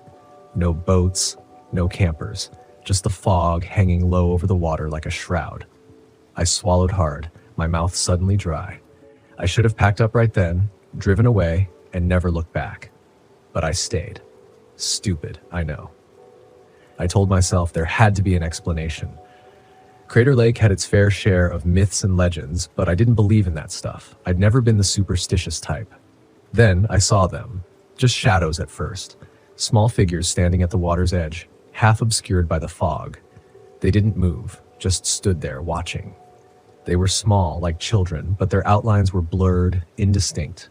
I blinked, trying to focus, and in that split second, they were gone. I stepped back from the shore, my heart hammering in my chest. I wasn't seeing things. They were there. I'd seen them. A cold chill washed over me as the wind died, leaving the air deathly still. The whispers started again, faint and melodic, drifting across the water. But this time they were louder, closer. I backed toward the RV, glancing over my shoulder, half expecting to see those figures standing behind me. Nothing. I fumbled with the RV door, slamming it shut behind me and locking it. My hands were shaking, my mind racing. I sat there in the dim light, listening. The whispers grew louder, like they were pressing in on me from all sides. It was as if the voices were coming from the lake itself, echoing relentlessly. I closed my eyes, trying to block it out, but it didn't stop. The sounds seeped into my mind, becoming clearer, more distinct. I could hear the splashing of water and the soft giggles turning into cries. It was children drowning, calling for help. I could hear their little hands slapping against the surface of the water, their desperate gasps for air. My breath hitched, panic rising in my chest. I had to get out of here. I threw my gear into the RV, not caring about the mess, as I reached for the ignition. The RV's lights flickered and died. The engine wouldn't turn over. I cursed under my breath, frantically trying the key again and again. Nothing. Outside, the whispers grew louder. I could hear the faint tapping now, soft knocks against the RV windows. My blood ran cold as I turned. Handprints, small, wet handprints, appeared on the windows, slowly sliding down the glass. The whispers turned into cries. The tapping grew more frantic, louder, as if they were trying to get in, trying to pull me out to the water. I backed away, my mind spinning, trying to figure out what the hell was happening. The air inside the RV felt suffocating, thick with dread. Then I heard it, splashing close, right outside, like something was struggling in the water. Without thinking, I rushed to the door, flinging it open. The fog was so thick now I could barely see a few feet in front of me, but I could hear the splashing, the cries for help, the child's voice desperate, calling for me. Help me, please. My legs carried me toward the lake before my brain could catch up. The water lapped softly at the shore. The cries were louder, more desperate. I could see something out there, flailing in the shallows, a small figure, arms reaching up, struggling against the current. I was almost at the water's edge when the fog shifted just enough for me to see it clearly. The child was translucent, its skin pale and waterlogged. Its eyes were wide, empty sockets. Its mouth was open in a silent scream as it reached for me. Wet, skeletal hands clawed at the water, pulling it closer to me. I stumbled back, my breath caught in my throat. It wasn't real. It couldn't be real. The figure stopped struggling, its head tilting to one side as if studying me. Then it smiled, a cold, unnatural smile that chilled me to my core. I ran, my feet pounding the earth as I raced back to the RV. The laughter faded into the distance, echoing through the fog. I slammed the door behind me, locking it again, collapsing to the floor, gasping for air. I didn't sleep that night. I couldn't. The whispers, the laughter, the tapping on the windows, they didn't stop until dawn. When the sun finally broke through the fog, I packed up and drove away without looking back. I didn't care that the RV was barely running or that I left half my gear behind. I just needed to get away from that lake. But even now, as I sit in the safety of my apartment, I can still hear them sometimes. The faint whispers, the splashing of water, the laughter. Crater Lake isn't as quiet as it seems, and I know they're still there, waiting. Every hunting trip had its own flavor. Some were filled with excitement and success, while others were exercises in patience and endurance. This one, however, promised to be unique, not because of what I expected to hunt, but because of what I would encounter. Neil Kaplan and I pride ourselves on being keen observers. Growing up in rural Montana taught me the skills I needed to survive and thrive in the wild. I faced all sorts of predators, from mountain lions to grizzly bears, but nothing prepared me for what I encountered that day. It began like any other hunting trip. The sun was just peeking over the horizon, casting long shadows across the dense forest. I was in the backcountry near Flathead Lake, a place I'd hunted many times before. The air was crisp, and the sounds of the forest waking up provided a comforting backdrop. I was hunting elk, one of the most challenging and rewarding animals to pursue in these parts. Armed with my trusty rifle, a Winchester Model 70, and equipped with all the necessary gear, I set out before dawn to get a head start. I wasn't alone on this trip. My friend, Kevin Santiago, had joined me. He was relatively new to hunting, but his enthusiasm made up for his lack of experience. We split up early in the morning, agreeing to meet back at camp by midday. Kevin headed toward the North Ridge, while I chose to explore the denser woods to the east. It wasn't long before I found fresh tracks. I followed them cautiously, staying downwind to avoid alerting the elk. After about an hour of tracking, I came across a small clearing. There, at the far edge, was a large bull elk grazing lazily. I steadied my rifle and took aim, my heart pounding with the thrill of the hunt. Just as I was about to squeeze the trigger, a strange noise caught my attention. It was a low rumbling sound, almost like a growl, but not quite. The elk looked up, its ears twitching, and then bolted into the trees. Cursing under my breath, I lowered my rifle and scanned the area where the noise had come from, my left deeper into the forest. Curiosity got the better of me, and I decided to investigate. As I moved closer, the sound grew louder, more distinct. It was unlike anything I'd heard before in the wild. The forest grew thicker, the underbrush denser, making it hard to move quietly, but my instincts told me to press on. After what felt like an eternity, I reached another clearing, smaller this time. In the center, partially hidden by the tall grass, was something that made my blood run cold. It was a carcass, or what was left of one. At first, I thought it was an elk, but as I got closer, I realized it was a person. The body was torn apart, limbs scattered, and the ground soaked with blood. The sight was gruesome enough to make even a seasoned hunter like me feel nauseous. I knelt beside the body, trying to make sense of the scene. There were deep gashes and bite marks, too large for any animal I knew. My mind raced, trying to piece together what could have done this. And then I saw the footprints. They were massive, larger than any bear's, and had an unusual pattern, almost reptilian. My first thought was to find Kevin. If there was something this dangerous out here, he needed to know. I retraced my steps as quickly as I could, my heart pounding with a mix of fear and adrenaline. When I reached our agreed meeting spot, Kevin was already there, looking worried. "Neil, thank God. I thought something happened to you," he said, relief evident in his voice.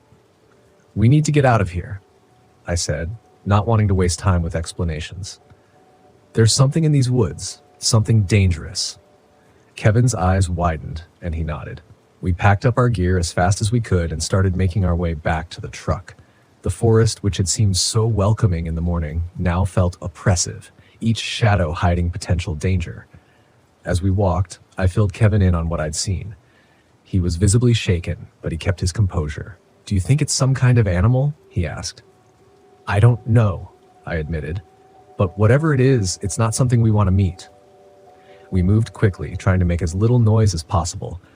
The forest seemed eerily silent, as if every creature was hiding from whatever monster lurked in the shadows. We were about halfway to the truck when we heard it again, the same low, rumbling sound. We froze, trying to pinpoint its location. It was close, too close. Kevin motioned for us to keep moving, but we hadn't gone far when we saw it. At the edge of a thicket, partially obscured by the underbrush, was the creature. It was unlike anything I'd ever seen. Standing on two legs, it was at least 7 feet tall, covered in thick, matted fur. Its head was vaguely canine, with a long snout and sharp teeth that glinted in the dappled sunlight. But its eyes were what truly terrified me. They were intelligent, almost human, and filled with a malevolent hunger. Kevin raised his rifle, but I stopped him. "Don't shoot," I whispered. "We don't know if it'll kill it or just make it mad." The creature sniffed the air, its gaze fixed on us. Then, with terrifying speed, it charged. We bolted, running through the forest, branches whipping at our faces. The creature was fast, much faster than us. I could hear its heavy footsteps gaining on us, feel the ground shake with each stride. We burst into another clearing, and I turned, hoping to get a clear shot. But the creature was already upon us. It swiped at Kevin, knocking him to the ground. I fired my rifle, the shot echoing through the trees. The bullet hit the creature, but it barely flinched. Kevin scrambled to his feet, blood streaming from a gash on his arm. We ran again, but the creature was relentless. It was toying with us, letting us think we had a chance before closing in for the kill. In a desperate move, I grabbed a flare from my pack and ignited it, throwing it at the creature. The bright light seemed to confuse it, giving us a few precious seconds to gain some distance.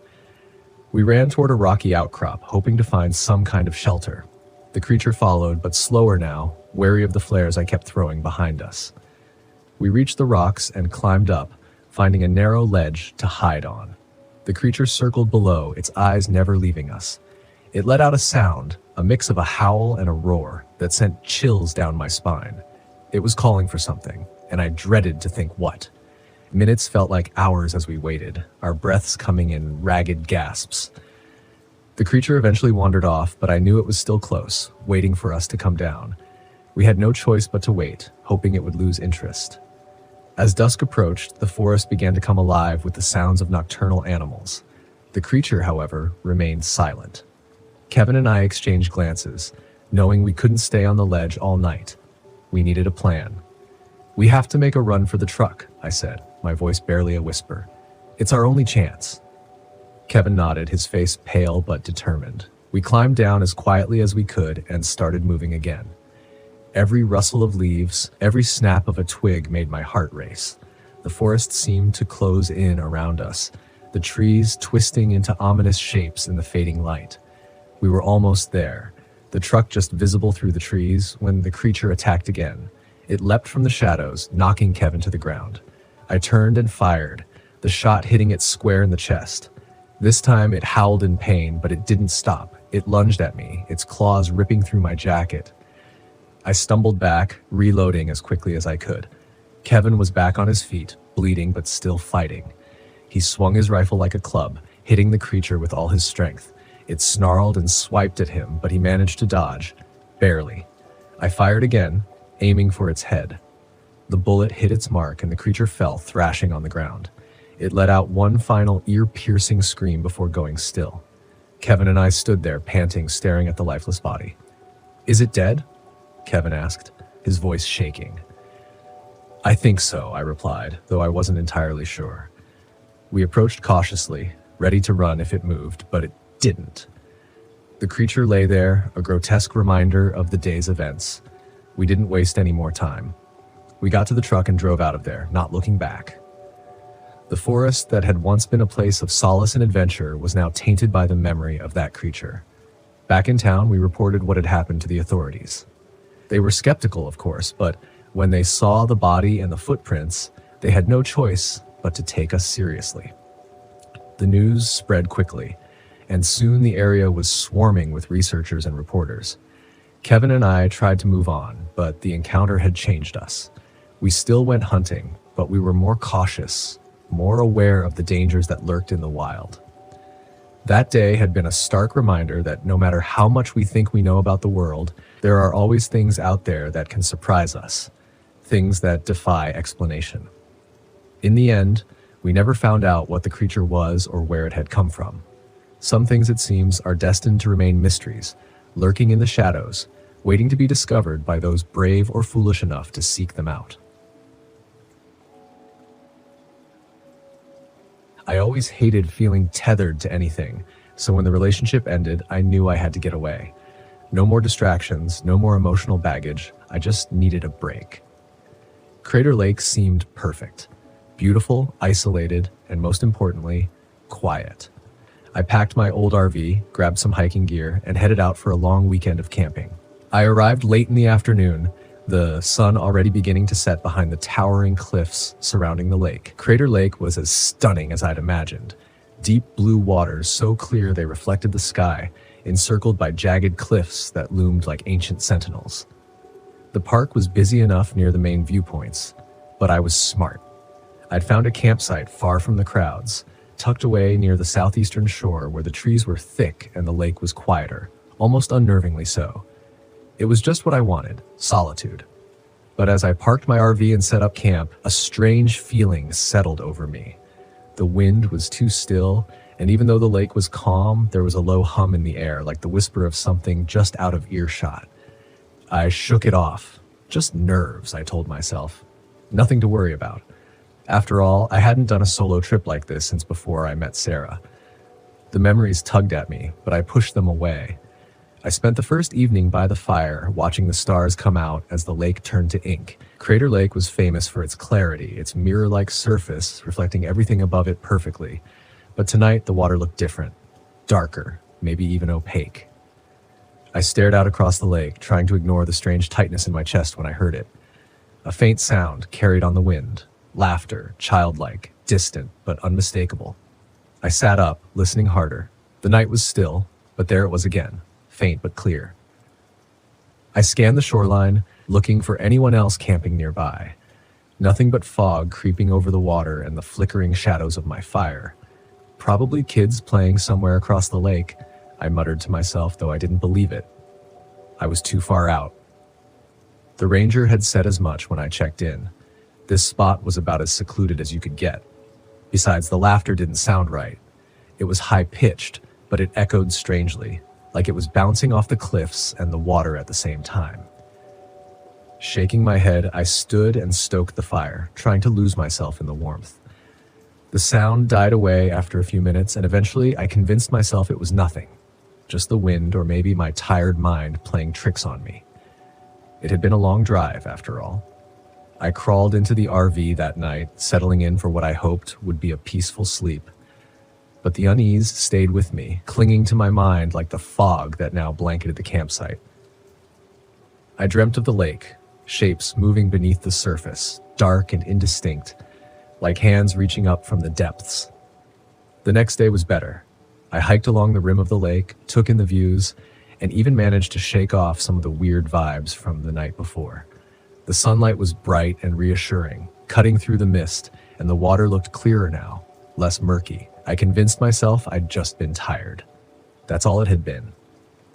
By afternoon, I decided to take the kayak out. The water was calm, almost unnaturally so. The kayak sliced through the surface effortlessly, and for a while I let myself enjoy it.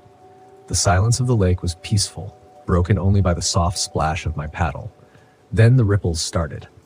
At first, they were small, nothing more than the gentle rocking of water disturbed by a fish, maybe.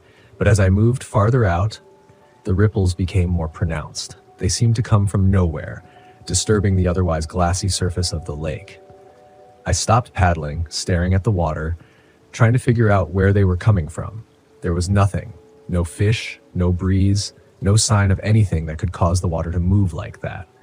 But the ripples were there, spreading out from somewhere beneath the kayak. That's when I saw it. A dark shape, maybe 15 feet below, moving slowly. It was too large to be a fish and too humanoid to be anything I could easily explain. It floated there for a moment before drifting deeper, vanishing into the darkness. I blinked, gripping my paddle tighter. My heart raced, but I forced myself to breathe. Maybe it was a log, I reasoned, or some weird optical illusion. I was looking through layers of water, after all, and who knew how light refracted down there? But deep down, I didn't believe it. I paddled back to shore faster than I cared to admit, my eyes glued to the water the whole time, watching for any more signs of movement. By the time I made it back to my campsite, the sun was starting to dip and the fog was rolling in again, thicker this time. The wind picked up just enough to rustle the trees, and with it came that faint sound again. Laughter. This time I couldn't ignore it. I stood at the edge of the lake, staring out into the mist, trying to pinpoint where the sound was coming from. It was definitely children's voices now, several of them giggling and splashing. But as I scanned the shoreline, the hairs on the back of my neck prickled. There was no one there, no boats, no campers, just the fog hanging low over the water like a shroud. I swallowed hard, my mouth suddenly dry. I should have packed up right then, driven away, and never looked back. But I stayed. Stupid, I know. I told myself there had to be an explanation. Crater Lake had its fair share of myths and legends, but I didn't believe in that stuff. I'd never been the superstitious type. Then I saw them, just shadows at first. Small figures standing at the water's edge, half obscured by the fog. They didn't move, just stood there, watching. They were small, like children, but their outlines were blurred, indistinct. I blinked, trying to focus, and in that split second, they were gone. I stepped back from the shore, my heart hammering in my chest. I wasn't seeing things. They were there. I'd seen them. A cold chill washed over me as the wind died, leaving the air deathly still.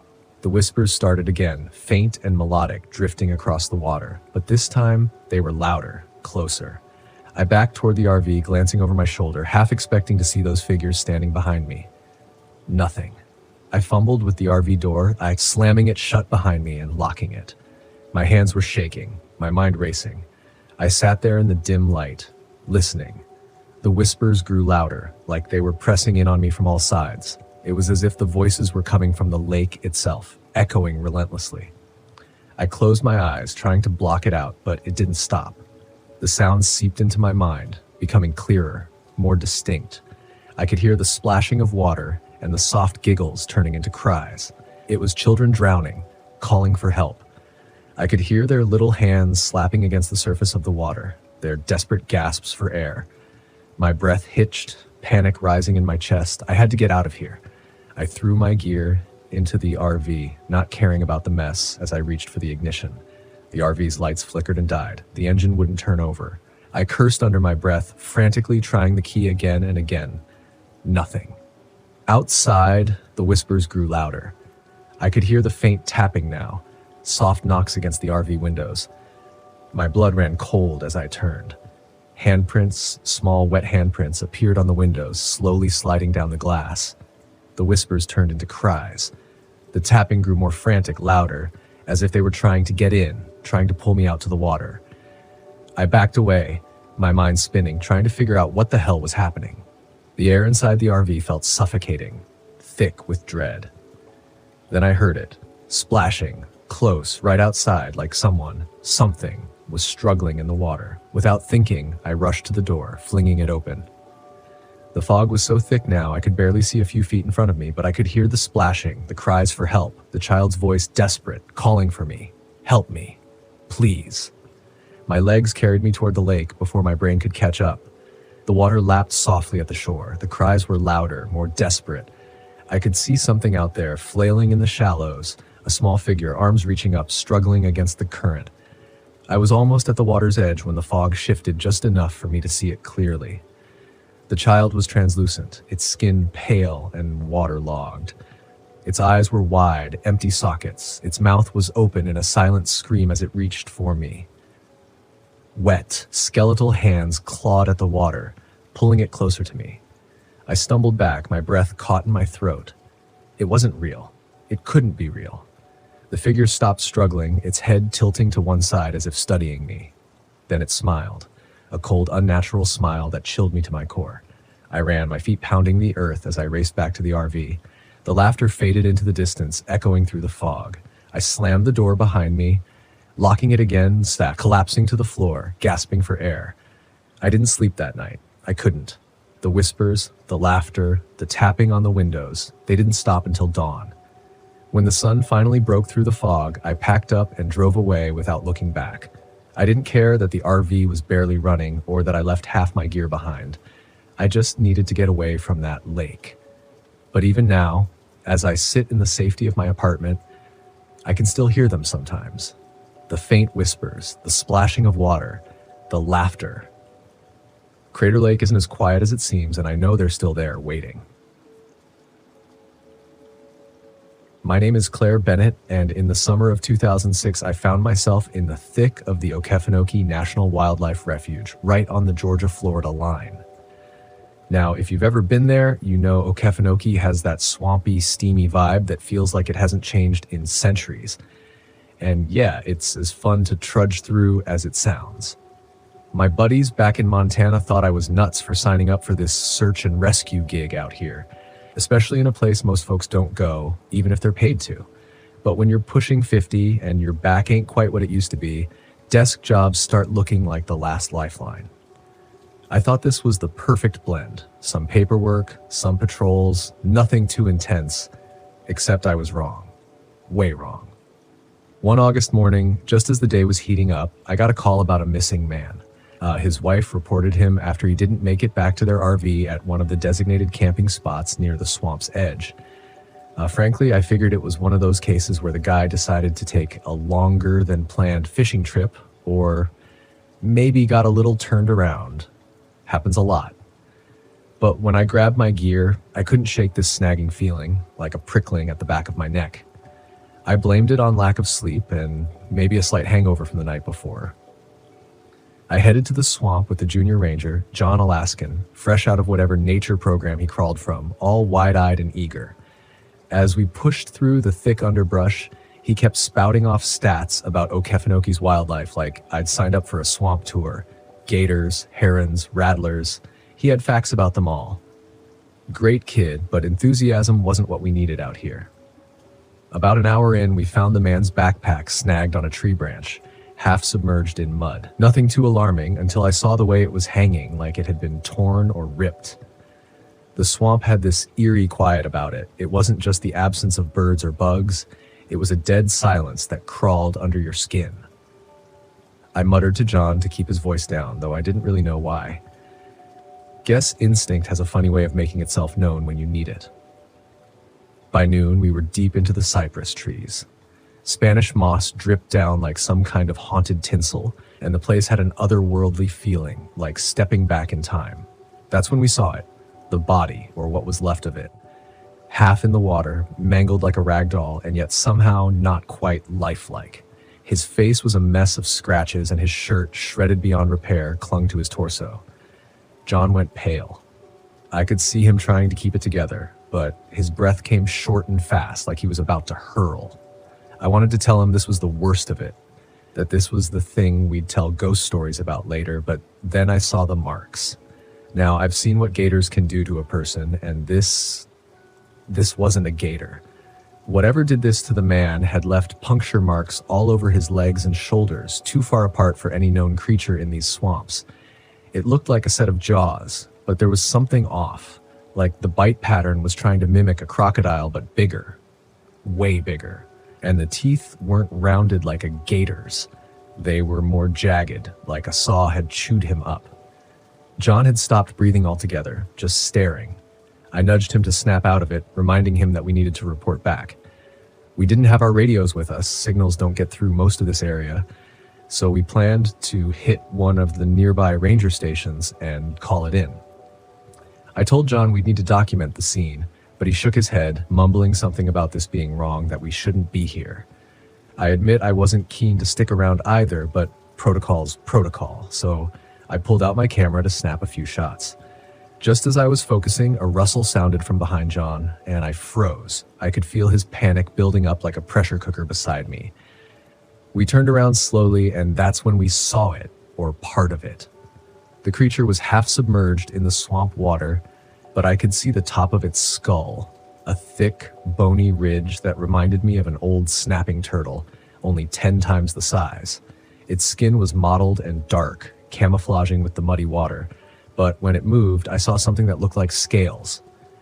It didn't move fast, more like it was studying us, calculating. I'd never seen anything like it. John whispered something about getting out of there, and I agreed, but I wasn't about to turn my back on this thing. We stepped back slowly, trying to keep our movement smooth. It tracked us, eyes following every step, head slightly tilted like it was waiting. I kept my camera down, afraid the flash might set it off.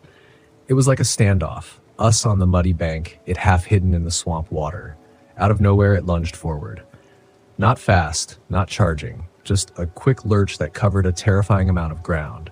It revealed more of itself, a hulking mass, bigger than any croc I'd ever seen, but with limbs more suited to dragging through the mud. Its mouth was a gaping cavern, and I swear I caught a whiff of rotten mud.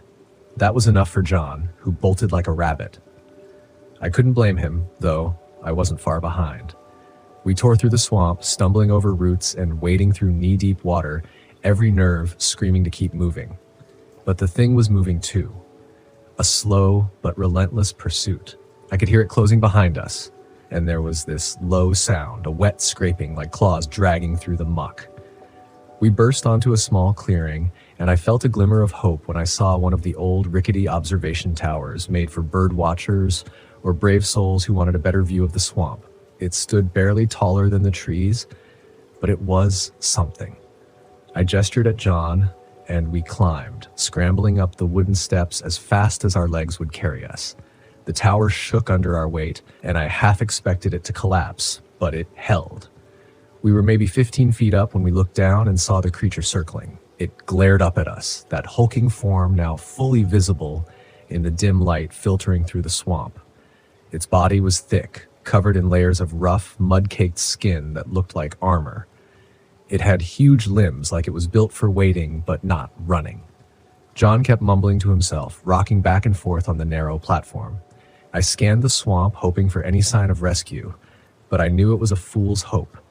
This place was a dead zone, a quiet void where no one would find us until the next patrol.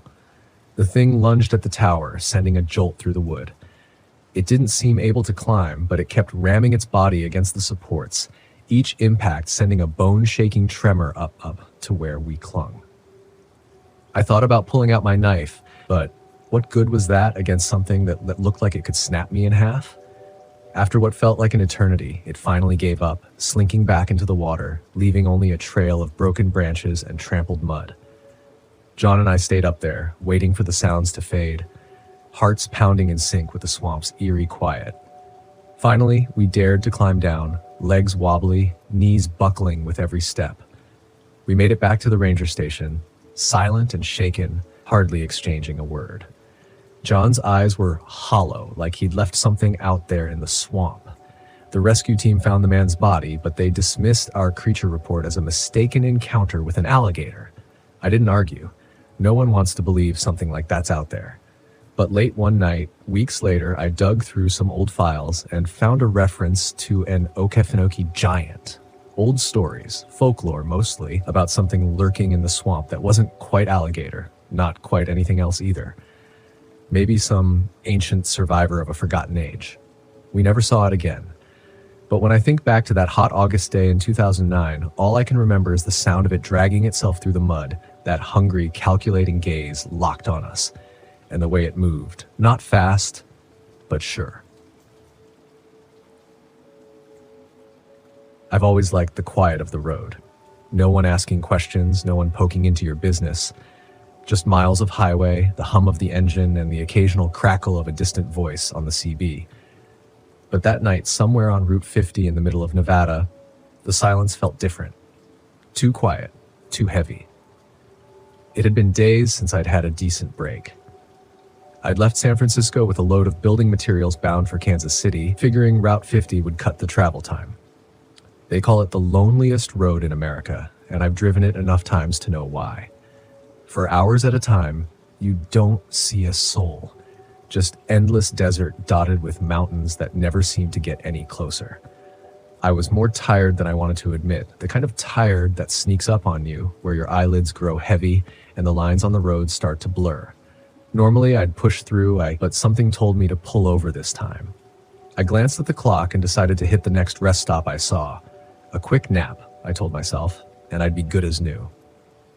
I felt a wave of relief when I spotted the weathered sign for a rest stop 2 miles ahead. The stop wasn't marked on my map, which was odd, but these old highways have plenty of places that don't show up anymore. The place looked like it hadn't seen a decent coat of paint in a decade. The lights above the parking area flickered weakly, casting long shadows across the cracked asphalt. A beat-up picnic table and a few rusted trash bins were all that marked the stop. The restroom building sat off to the side, its windows dark, and the air around it felt heavy, like it hadn't been disturbed in years. I pulled the rig into the lot and killed the engine. Silence settled in around me, pressing through the windows. I leaned back in the driver's seat, rubbing my face. I just needed a few hours of sleep, and I'd be good to go. But before I could settle in, nature called. Typical. With a sigh, I grabbed my flashlight and climbed out of the cab. The night air was cold, much colder than I'd expected for Nevada, and the wind carried a strange scent, dry, with an underlying hint of something rotten. I wrinkled my nose, but kept moving toward the restroom. The building was worse up close. Graffiti covered the exterior, but it wasn't the usual stuff. No names or crude drawings. These were symbols, spirals, triangles, strange geometric shapes I couldn't quite place. Some of them were carved deep into the wood, like they'd been there a long time. I pushed the door open and the smell hit me harder inside, stronger than before. I flicked the light on, but the bulb overhead just buzzed and flickered weakly. I turned on my flashlight and swept it across the room. The place was empty, as I expected, but the walls were covered in more of those symbols. Dozens of them, carved into the tiles, drawn on the mirrors. I did my business quickly, trying to ignore the feeling that those symbols were watching me, and made my way back out to the parking lot. That's when I saw the first figure. It was standing just beyond the reach of the flickering lights, a man in a heavy coat, his back to me, staring out into the desert. For a second, I considered calling out to him, but something about the way he stood there, so still, so quiet, made my gut twist. I stopped in my tracks, trying to decide if I should just get back in the truck and go. But the man didn't move. He didn't even seem to notice I was there. Maybe he was just another trucker, but I hadn't seen another rig on the road in hours. I took a step back toward my truck, keeping an eye on the figure. When I reached for the door handle, my fingers brushed something cold. Too cold. I pulled my hand back, confused, and shone the flashlight on the handle. Symbols. Those same spirals and triangles scratched into the metal of my door. My heart started racing. I hadn't seen them there before. I would have noticed. I swallowed hard, scanning the lot, but the figure was gone, just vanished. I fumbled with the door, pulling it open and climbing back into the cab as fast as I could. I locked the doors and sat there, trying to steady my breathing, trying to shake off the feeling that something was terribly wrong. I'd driven across the country dozens of times, stopped in every kind of rundown, creepy rest stop imaginable, but nothing like this. The radio crackled to life suddenly, nearly making me jump out of my skin. For a second, I thought it was just picking up static, but then a voice broke through, low, distorted. "Frank." My heart skipped a beat. I snatched the CB mic. "Who is this?" Silence. I stared at the radio, waiting, but the voice didn't come back. I tried to convince myself I'd imagined it, that my mind was playing tricks on me, but the sound of my name, it was too clear. I glanced out the window again, half expecting to see the man in the coat, but the lot was empty. The only movement was the weak flicker of the overhead lights. Still, that rotten smell lingered, hanging in the air like a warning. I was about to start the engine and get the hell out of there when I noticed something in the rearview mirror. There was another figure now, standing near the restrooms. This one was closer. I couldn't make out their face in the dim light, but they were staring right at me, not moving, not blinking, just watching. Every instinct in my body screamed at me to leave, but when I reached for the ignition, the engine sputtered and died before it could even turn over. I tried again, nothing. The lights on the dashboard flickered weakly before going out altogether. "Come on," I muttered, trying to stay calm. "Don't do this to me now." I grabbed my phone to call for help, but there was no signal, no bars, no nothing. The figure was still there, closer now. Another figure appeared near the picnic table and then another by the trash bins. They didn't approach, but they were closing in, little by little. My mouth was dry. I fumbled for the flashlight and shone it toward the restroom, hoping to get a better look at the figures. The beam of light cut through the dark, but when it hit the first figure, they were gone. Just gone. I swept the light across the lot, but all the figures had disappeared. Every single one. I didn't waste any more time. If my truck wasn't going to start, I'd fix it in the morning. For now, I just needed to get out of here, on foot if I had to. I grabbed the toolbox from under the seat just in case, and jumped down from the cab. That's when I noticed something else on the side of my truck. Etched into the paint was one of those symbols. Fresh. I could smell the metallic tang of scratched metal. It was the same spirals and triangles I'd seen in the bathroom, the same ones that had been on the door handle. The smell hit me again, stronger now. I turned, shining the flashlight toward the restroom light, and that's when I saw it. The symbols were glowing. A faint, sickly light pulsed from the walls of the building. The carvings and scratches were now alive with some kind of energy. The ground beneath my feet vibrated, a low hum building in my chest. I stumbled back toward the truck, my flashlight shaking in my grip, but the lights in the building grew brighter, casting long, flickering shadows across the lot. And then I heard the voice again. "Frank." I whipped around, scanning the empty lot, but there was no one there. No figures, no man in the coat. Just the voice, coming from nowhere and everywhere at once. "Frank, you need to stay." I felt a cold sweat break out across my forehead. My pulse pounded in my ears, but I kept moving, trying to get back into the cab. But the symbols, they were on my truck now, glowing with the same eerie light. The handle felt like ice under my fingers. The wind picked up, howling across the lot, carrying whispers with it. Low, urgent voices layered on top of each other. Impossible to understand, but they felt old, ancient. I was frozen in place, trapped between the truck and whatever the hell was happening in that restroom. The lights, the symbols, the voices. I didn't know what to make of any of it. But I knew one thing. I had to leave now. The truck groaned as I climbed back into the cab, and I turned the key one last time, praying it would start. The engine sputtered, coughed, and finally roared to life. Without another thought, I slammed the truck into gear and floored it out of the lot, the tires skidding on the cracked asphalt. The rest stop disappeared in the rear-view mirror, the glowing lights and symbols fading into the distance. As I drove down the highway, my hands trembling on the wheel, I couldn't shake the feeling that I hadn't escaped. The silence of the road was back, but it wasn't the same. The weight of those symbols, the voice, it lingered. And I knew deep down that whatever was tied to that rest stop wasn't finished with me.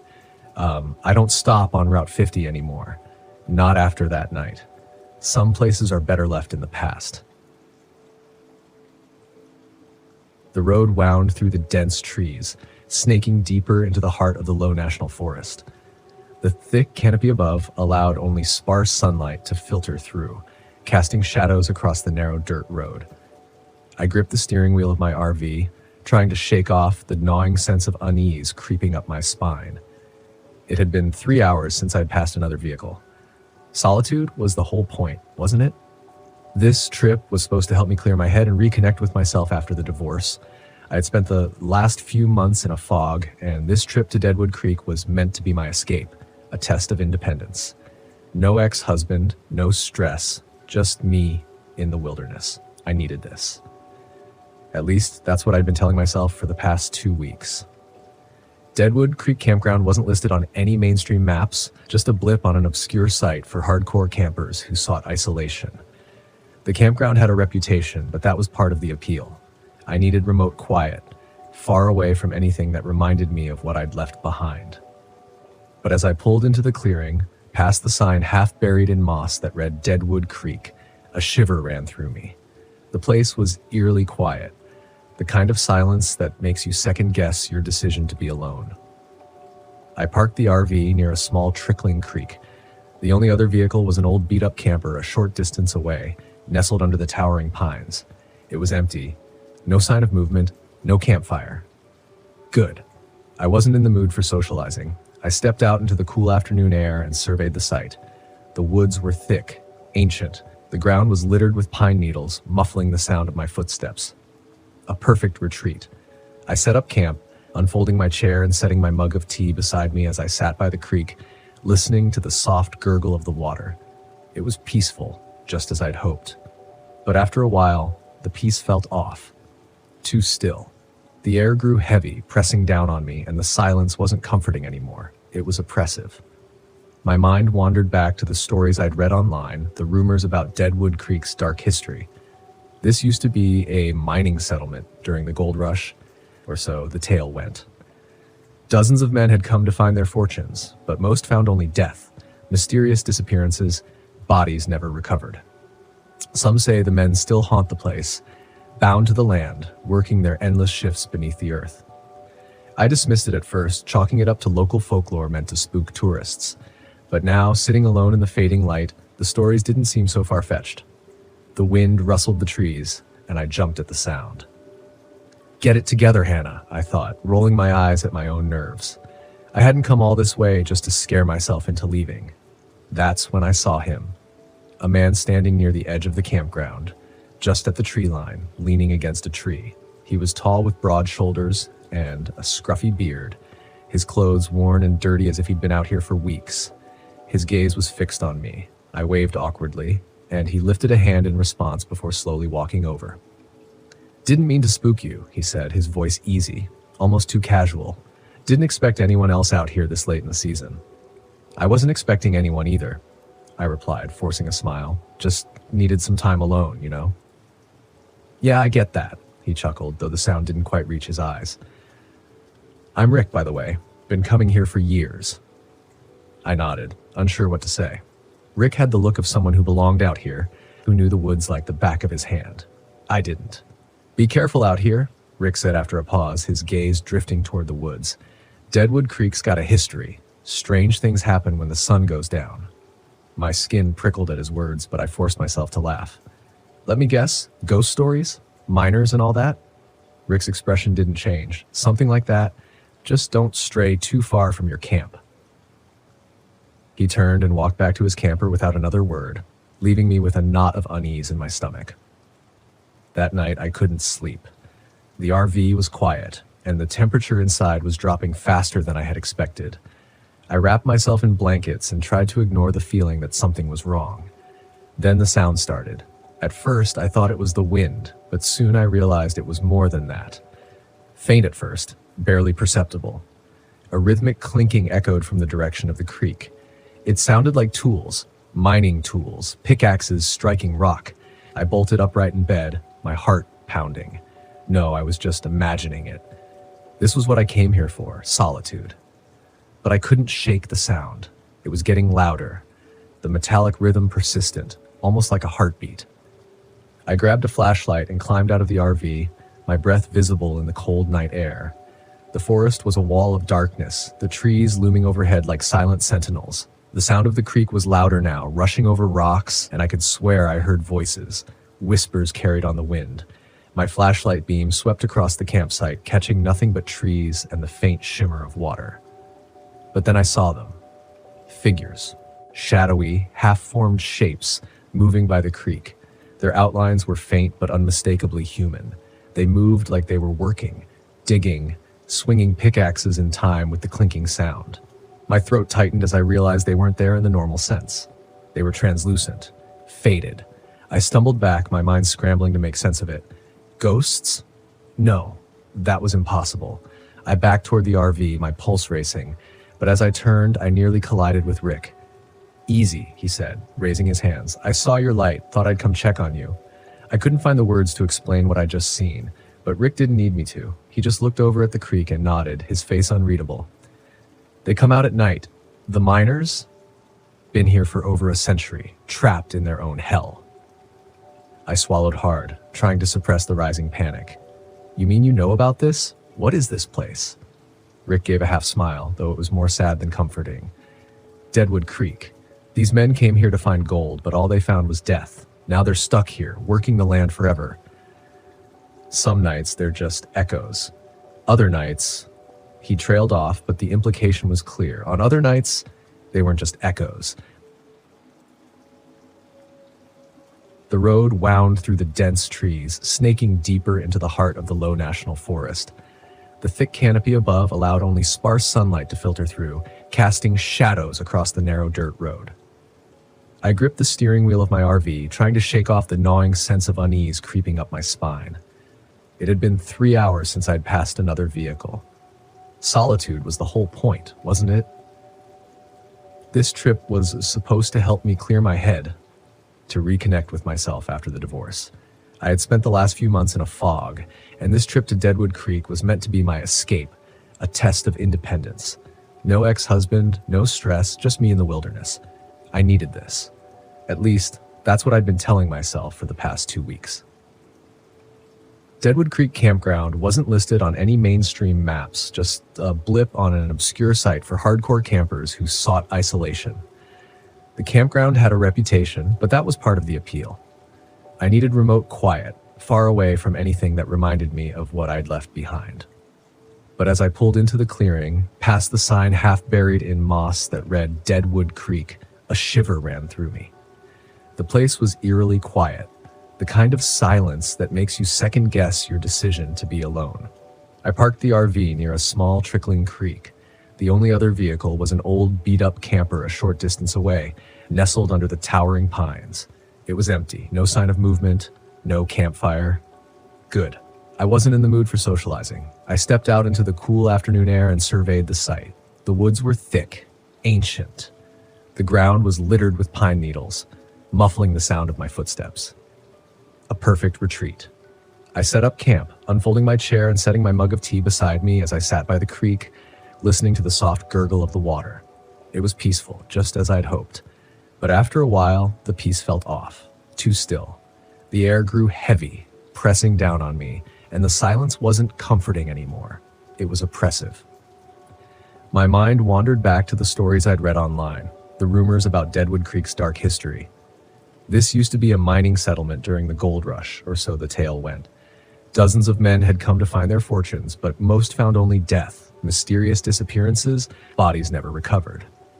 Some say the men still haunt the place, bound to the land, working their endless shifts beneath the earth. I dismissed it at first, chalking it up to local folklore meant to spook tourists.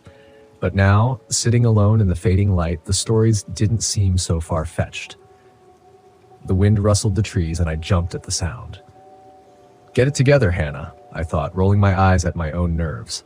I hadn't come all this way just to scare myself into leaving. That's when I saw him. A man standing near the edge of the campground, just at the tree line, leaning against a tree. He was tall with broad shoulders and a scruffy beard, his clothes worn and dirty as if he'd been out here for weeks. His gaze was fixed on me. I waved awkwardly, and he lifted a hand in response before slowly walking over. "Didn't mean to spook you," he said, his voice easy, almost too casual. "Didn't expect anyone else out here this late in the season." "I wasn't expecting anyone either," I replied, forcing a smile. "Just needed some time alone, you know." "Yeah, I get that," he chuckled, though the sound didn't quite reach his eyes. "I'm Rick, by the way, been coming here for years." I nodded, unsure what to say. Rick had the look of someone who belonged out here, who knew the woods like the back of his hand. I didn't. "Be careful out here," Rick said after a pause, his gaze drifting toward the woods. "Deadwood Creek's got a history. Strange things happen when the sun goes down." My skin prickled at his words, but I forced myself to laugh. "Let me guess, ghost stories? Miners and all that?" Rick's expression didn't change. "Something like that. Just don't stray too far from your camp." He turned and walked back to his camper without another word, leaving me with a knot of unease in my stomach. That night, I couldn't sleep. The RV was quiet, the temperature inside dropping faster than I expected. I wrapped myself in blankets and tried to ignore the feeling that something was wrong. Then the sound started. At first, I thought it was the wind, but soon I realized it was more than that. Faint at first, barely perceptible. A rhythmic clinking echoed from the direction of the creek. It sounded like tools, mining tools, pickaxes striking rock. I bolted upright in bed, my heart pounding. No, I was just imagining it. This was what I came here for, solitude. But I couldn't shake the sound. It was getting louder, the metallic rhythm persistent, almost like a heartbeat. I grabbed a flashlight and climbed out of the RV, my breath visible in the cold night air. The forest was a wall of darkness, the trees looming overhead like silent sentinels. The sound of the creek was louder now, rushing over rocks, and I could swear I heard voices, whispers carried on the wind. My flashlight beam swept across the campsite, catching nothing but trees and the faint shimmer of water. But then I saw them. Figures, shadowy, half-formed shapes moving by the creek, their outlines faint but unmistakably human. They moved like they were working, digging, swinging pickaxes in time with the clinking sound. My throat tightened as I realized they weren't there in the normal sense. They were translucent, faded. I stumbled back, my mind scrambling to make sense of it. Ghosts? No, that was impossible. I backed toward the RV, my pulse racing, but as I turned, I nearly collided with Rick. "Easy," he said, raising his hands. "I saw your light. Thought I'd come check on you." I couldn't find the words to explain what I'd just seen, but Rick didn't need me to. He just looked over at the creek and nodded, his face unreadable. "They come out at night. The miners. Been here for over a century, trapped in their own hell." I swallowed hard, trying to suppress the rising panic. "You mean you know about this? What is this place?" Rick gave a half smile, though it was more sad than comforting. "Deadwood Creek. These men came here to find gold, but all they found was death. Now they're stuck here, working the land forever. Some nights, they're just echoes. Other nights..." He trailed off, but the implication was clear. On other nights, they weren't just echoes. I was halfway up Blackwater Ridge when Glenn warned me about the lights. His bait shop was the last stop before the mountain trail turned into pure wilderness, and I had stopped for some extra firewood. He was standing behind the counter, leaning on his elbows, watching me load up my supplies. His words lingered in the air long after they left his mouth. "People get lost up there," he said, his voice low and cautious. "You hear the stories?" I zipped up my jacket and shook my head. "What stories?" "About the lights. They show up when the sun goes down, start flickering in the trees like they're leading you somewhere. But if you follow them, you don't come back." I should have known better than to brush him off. I should have asked more questions, but the truth was, I didn't care. I wasn't here for ghost stories or local superstitions. I was here to clear my head after everything that had happened with Ryan. The breakup, the endless nights of replaying every argument in my head. I needed this time away from the world. Just me and my RV parked in the middle of nowhere. Blackwater Ridge had seemed perfect, a remote place where no one could find me, and more importantly, where I wouldn't be tempted to find anyone. "I'll be fine," I told Glenn, trying to smile, but his eyes were serious, unblinking. "Just watch yourself," he said, handing me a small pouch as I paid for the wood. "Keep this with you. Some folks say it helps." "What is it?" "Just something my family's passed down," he said, avoiding my gaze. "Might keep the lights away." I didn't believe in that kind of thing, but I pocketed the pouch anyway, more out of politeness than anything else. Then I left the shop, got into my RV, and made my way up the winding mountain road toward Blackwater Ridge. The campsite was exactly what I'd hoped for: deserted, overgrown, and tucked away in a grove of tall pines. The air smelled crisp and clean, and for the first time in weeks, I felt like I could breathe. The old campground looked like it hadn't been touched in years. There were a few rusted RVs half hidden in the foliage, relics of past campers who had either left them behind or forgotten about them altogether. I parked my RV at the far edge of the grove, close enough to the trees to feel enclosed, but far enough from the abandoned vehicles to avoid any weird vibes. It was perfect, a place to disconnect and forget. That first day was peaceful. I went for a hike, snapped a few photos, and by the time the sun was setting, I was sitting outside by the fire pit, listening to the crackling flames and sipping from a thermos of tea. The sky was clear, and the stars began to poke through the darkness, dotting the sky like tiny pinpricks of light. Then, out of the corner of my eye, I saw it. A small flickering light deep in the woods just past the tree line. At first, I thought it was a firefly, but it was too big. It moved slowly, gliding through the trees like it was looking for something or someone. I sat up, narrowing my eyes to focus. The light was faint but unmistakable. It pulsed gently, like a heartbeat, its glow barely reaching me through the dense pines. Then another light appeared beside it. Then, another. 3 faint orbs flickering in unison, moving deeper into the forest. Glenn's warning about the lights echoed in my mind, but I shook it off. They were probably just campers in the distance, or maybe a reflection from a house far off the ridge. I wasn't about to let some old superstition spook me on my first night. I sat back, trying to relax, but the lights wouldn't leave me alone. They moved again, gliding slowly through the trees as if they were beckoning me to follow. I could almost hear a whisper in the air, like soft voices drifting on the wind. "Come closer." I stood abruptly, shaking my head. "No," I muttered to myself. "You're not doing this. You came here to get away, not chase after stupid lights in the woods." But the longer I stood there, the harder it was to ignore them. They were so gentle, so inviting. It felt like they were calling me, pulling at some part of me that I couldn't explain. My feet shifted forward, inching toward the forest edge. "Come." I blinked, snapping out of it. What was I doing? I wasn't about to follow some strange lights into the woods. Glenn had warned me, hadn't he? I couldn't let myself get sucked into this nonsense. I backed away from the trees, heart pounding, and went back into my RV, slamming the door behind me. The lights flickered one last time outside the window before they disappeared, swallowed by the darkness. The next day, I couldn't shake the feeling that I was being watched. I spent the morning hiking, trying to focus on anything but what had happened the night before. But the woods felt different now, quieter. The usual sounds of birds and rustling leaves had faded, replaced by a stillness that pressed in on me. Every time I looked over my shoulder, I thought I saw movement, a shadow darting between the trees or the faintest flicker of light just out of sight. I told myself it was paranoia, that I was letting Glenn's warning get under my skin. But deep down, I knew something wasn't right.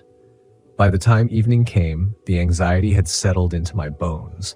I lit another fire and sat outside, staring into the flames, trying to calm myself.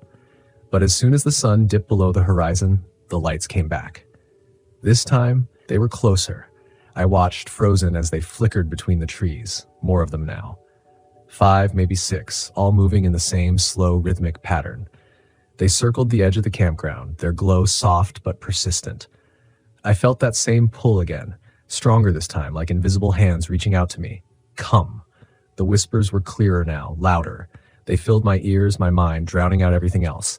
It sounded like his voice, Ryan, his soft, pleading tone, asking me to come closer, to follow. I stood, my body moving of its own accord. It wasn't just curiosity anymore. It was need. I needed to know what these lights were, where they were leading me. Maybe it was Ryan. Maybe he'd followed me, wanted to make things right. The thought was irrational, but in that moment, it made perfect sense. I took a step toward the forest, then another. My heart raced as I approached the tree line, the lights growing brighter, more vivid. But as I crossed into the shadows, something shifted in the air. The forest felt wrong, twisted, like the trees were closing in around me. The lights flickered erratically, their gentle glow turning sharp, jagged. I froze. The whispers turned darker, harsher. "Come now." No, this wasn't right. This wasn't Ryan. This was something else, something wrong. I stumbled back, panic rising in my chest. The lights surged forward, surrounding me, blinding me. In desperation, I grabbed the pouch Glenn had given me, clutching it tightly. The lights flickered wildly, then dimmed. I backed away as the whispers receded, and the lights finally disappeared, leaving me alone in the dark woods, shaking.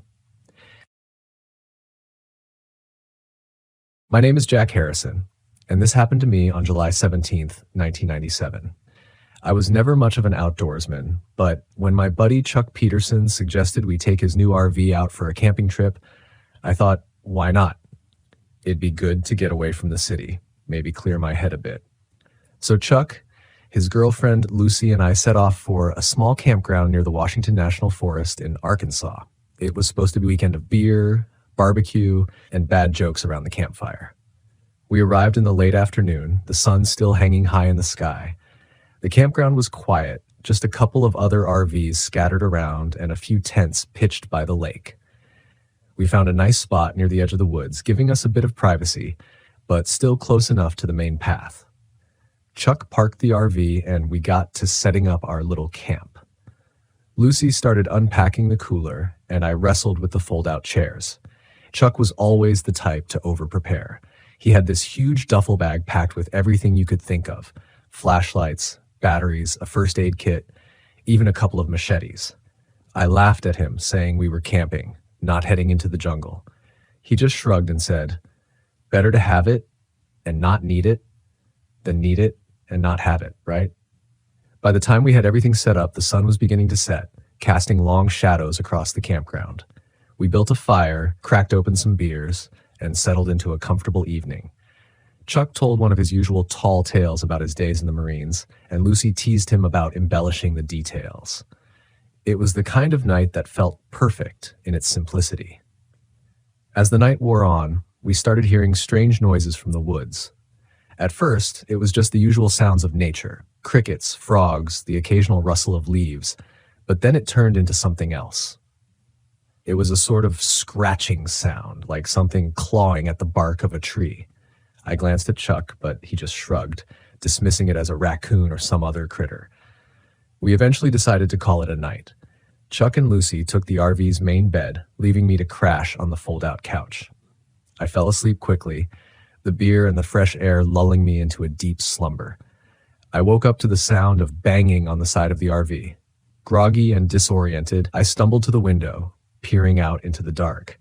I couldn't see anything, just the flickering light of the dying campfire casting eerie shadows. The banging stopped, and I figured it must have been an animal. I crawled back onto the couch and tried to fall asleep again, but something felt off. I couldn't shake the feeling that we were being watched. The next morning, I told Chuck about the noises, but he just laughed it off. "Probably a raccoon looking for food," he said, patting me on the back. Lucy seemed a bit more concerned, but she didn't say anything. We spent the day hiking around the lake, fishing, and generally goofing off. It was a good day, but I couldn't shake the feeling that something wasn't right. As the sun started to set again, we returned to the campsite and fired up the grill. Chuck and I were in the middle of a heated debate about the best way to cook a steak when we heard it again. That scratching noise, closer this time. "Maybe it's Bigfoot," Chuck joked, but there was an edge to his voice that hadn't been there before. We decided to stay up late, keeping an eye on the woods. We sat around the fire, talking and drinking, but none of us were really into it. Every little sound made us jump, and the shadows seemed to move in ways they hadn't before. Around midnight, we heard it again, louder and more persistent this time. Chuck grabbed one of his machetes and a flashlight. "Stay here," he told Lucy and me before heading toward the noise. Lucy clung to me, her eyes wide with fear. I didn't want to admit it, but I was scared too. Chuck disappeared into the darkness, the beam of his flashlight bobbing up and down. We heard him cursing, and then a loud thud followed by silence. Lucy started to cry, and I knew I couldn't just sit there. I grabbed the other machete and followed the path Chuck had taken. The woods were eerily quiet. The only sound my own breathing and the crunch of leaves underfoot. I found Chuck lying on the ground, unconscious but breathing. Something had hit him hard. I dragged him back to the campsite, struggling with his weight. Lucy helped me get him inside the RV. We locked the doors and windows, and I stayed up all night, machete in hand, listening to the sounds outside. Every so often I'd hear that scratching noise, but it never got close. The next morning, Chuck woke up with a splitting headache and no memory of what had happened. We decided to cut the trip short and head back to civilization. As we packed up, we found deep claw marks on the side of the RV, right where I'd heard the banging the night before. They were too big to be from any animal I knew of. We left that place in a hurry, none of us saying much on the drive back. We tried to laugh it off, but the tension was palpable. Chuck and Lucy dropped me off at my apartment, and we promised to keep in touch, but we never did. Something about that weekend changed us, and none of us wanted to relive it. I did some research afterward, trying to figure out what might have attacked us. I found stories about a creature that some locals called the Reaper. They said it lived in the woods, preying on campers and hikers who wandered too far off the path. I don't know if I believe in folklore, but I can't deny what I saw and heard. It's been years since that trip, but I still think about it every time I hear a scratching noise. It takes me back to that campsite, to the fear and confusion. I haven't been camping since, and I doubt I ever will again. Some things are best left unexplored, and some stories are better left untold.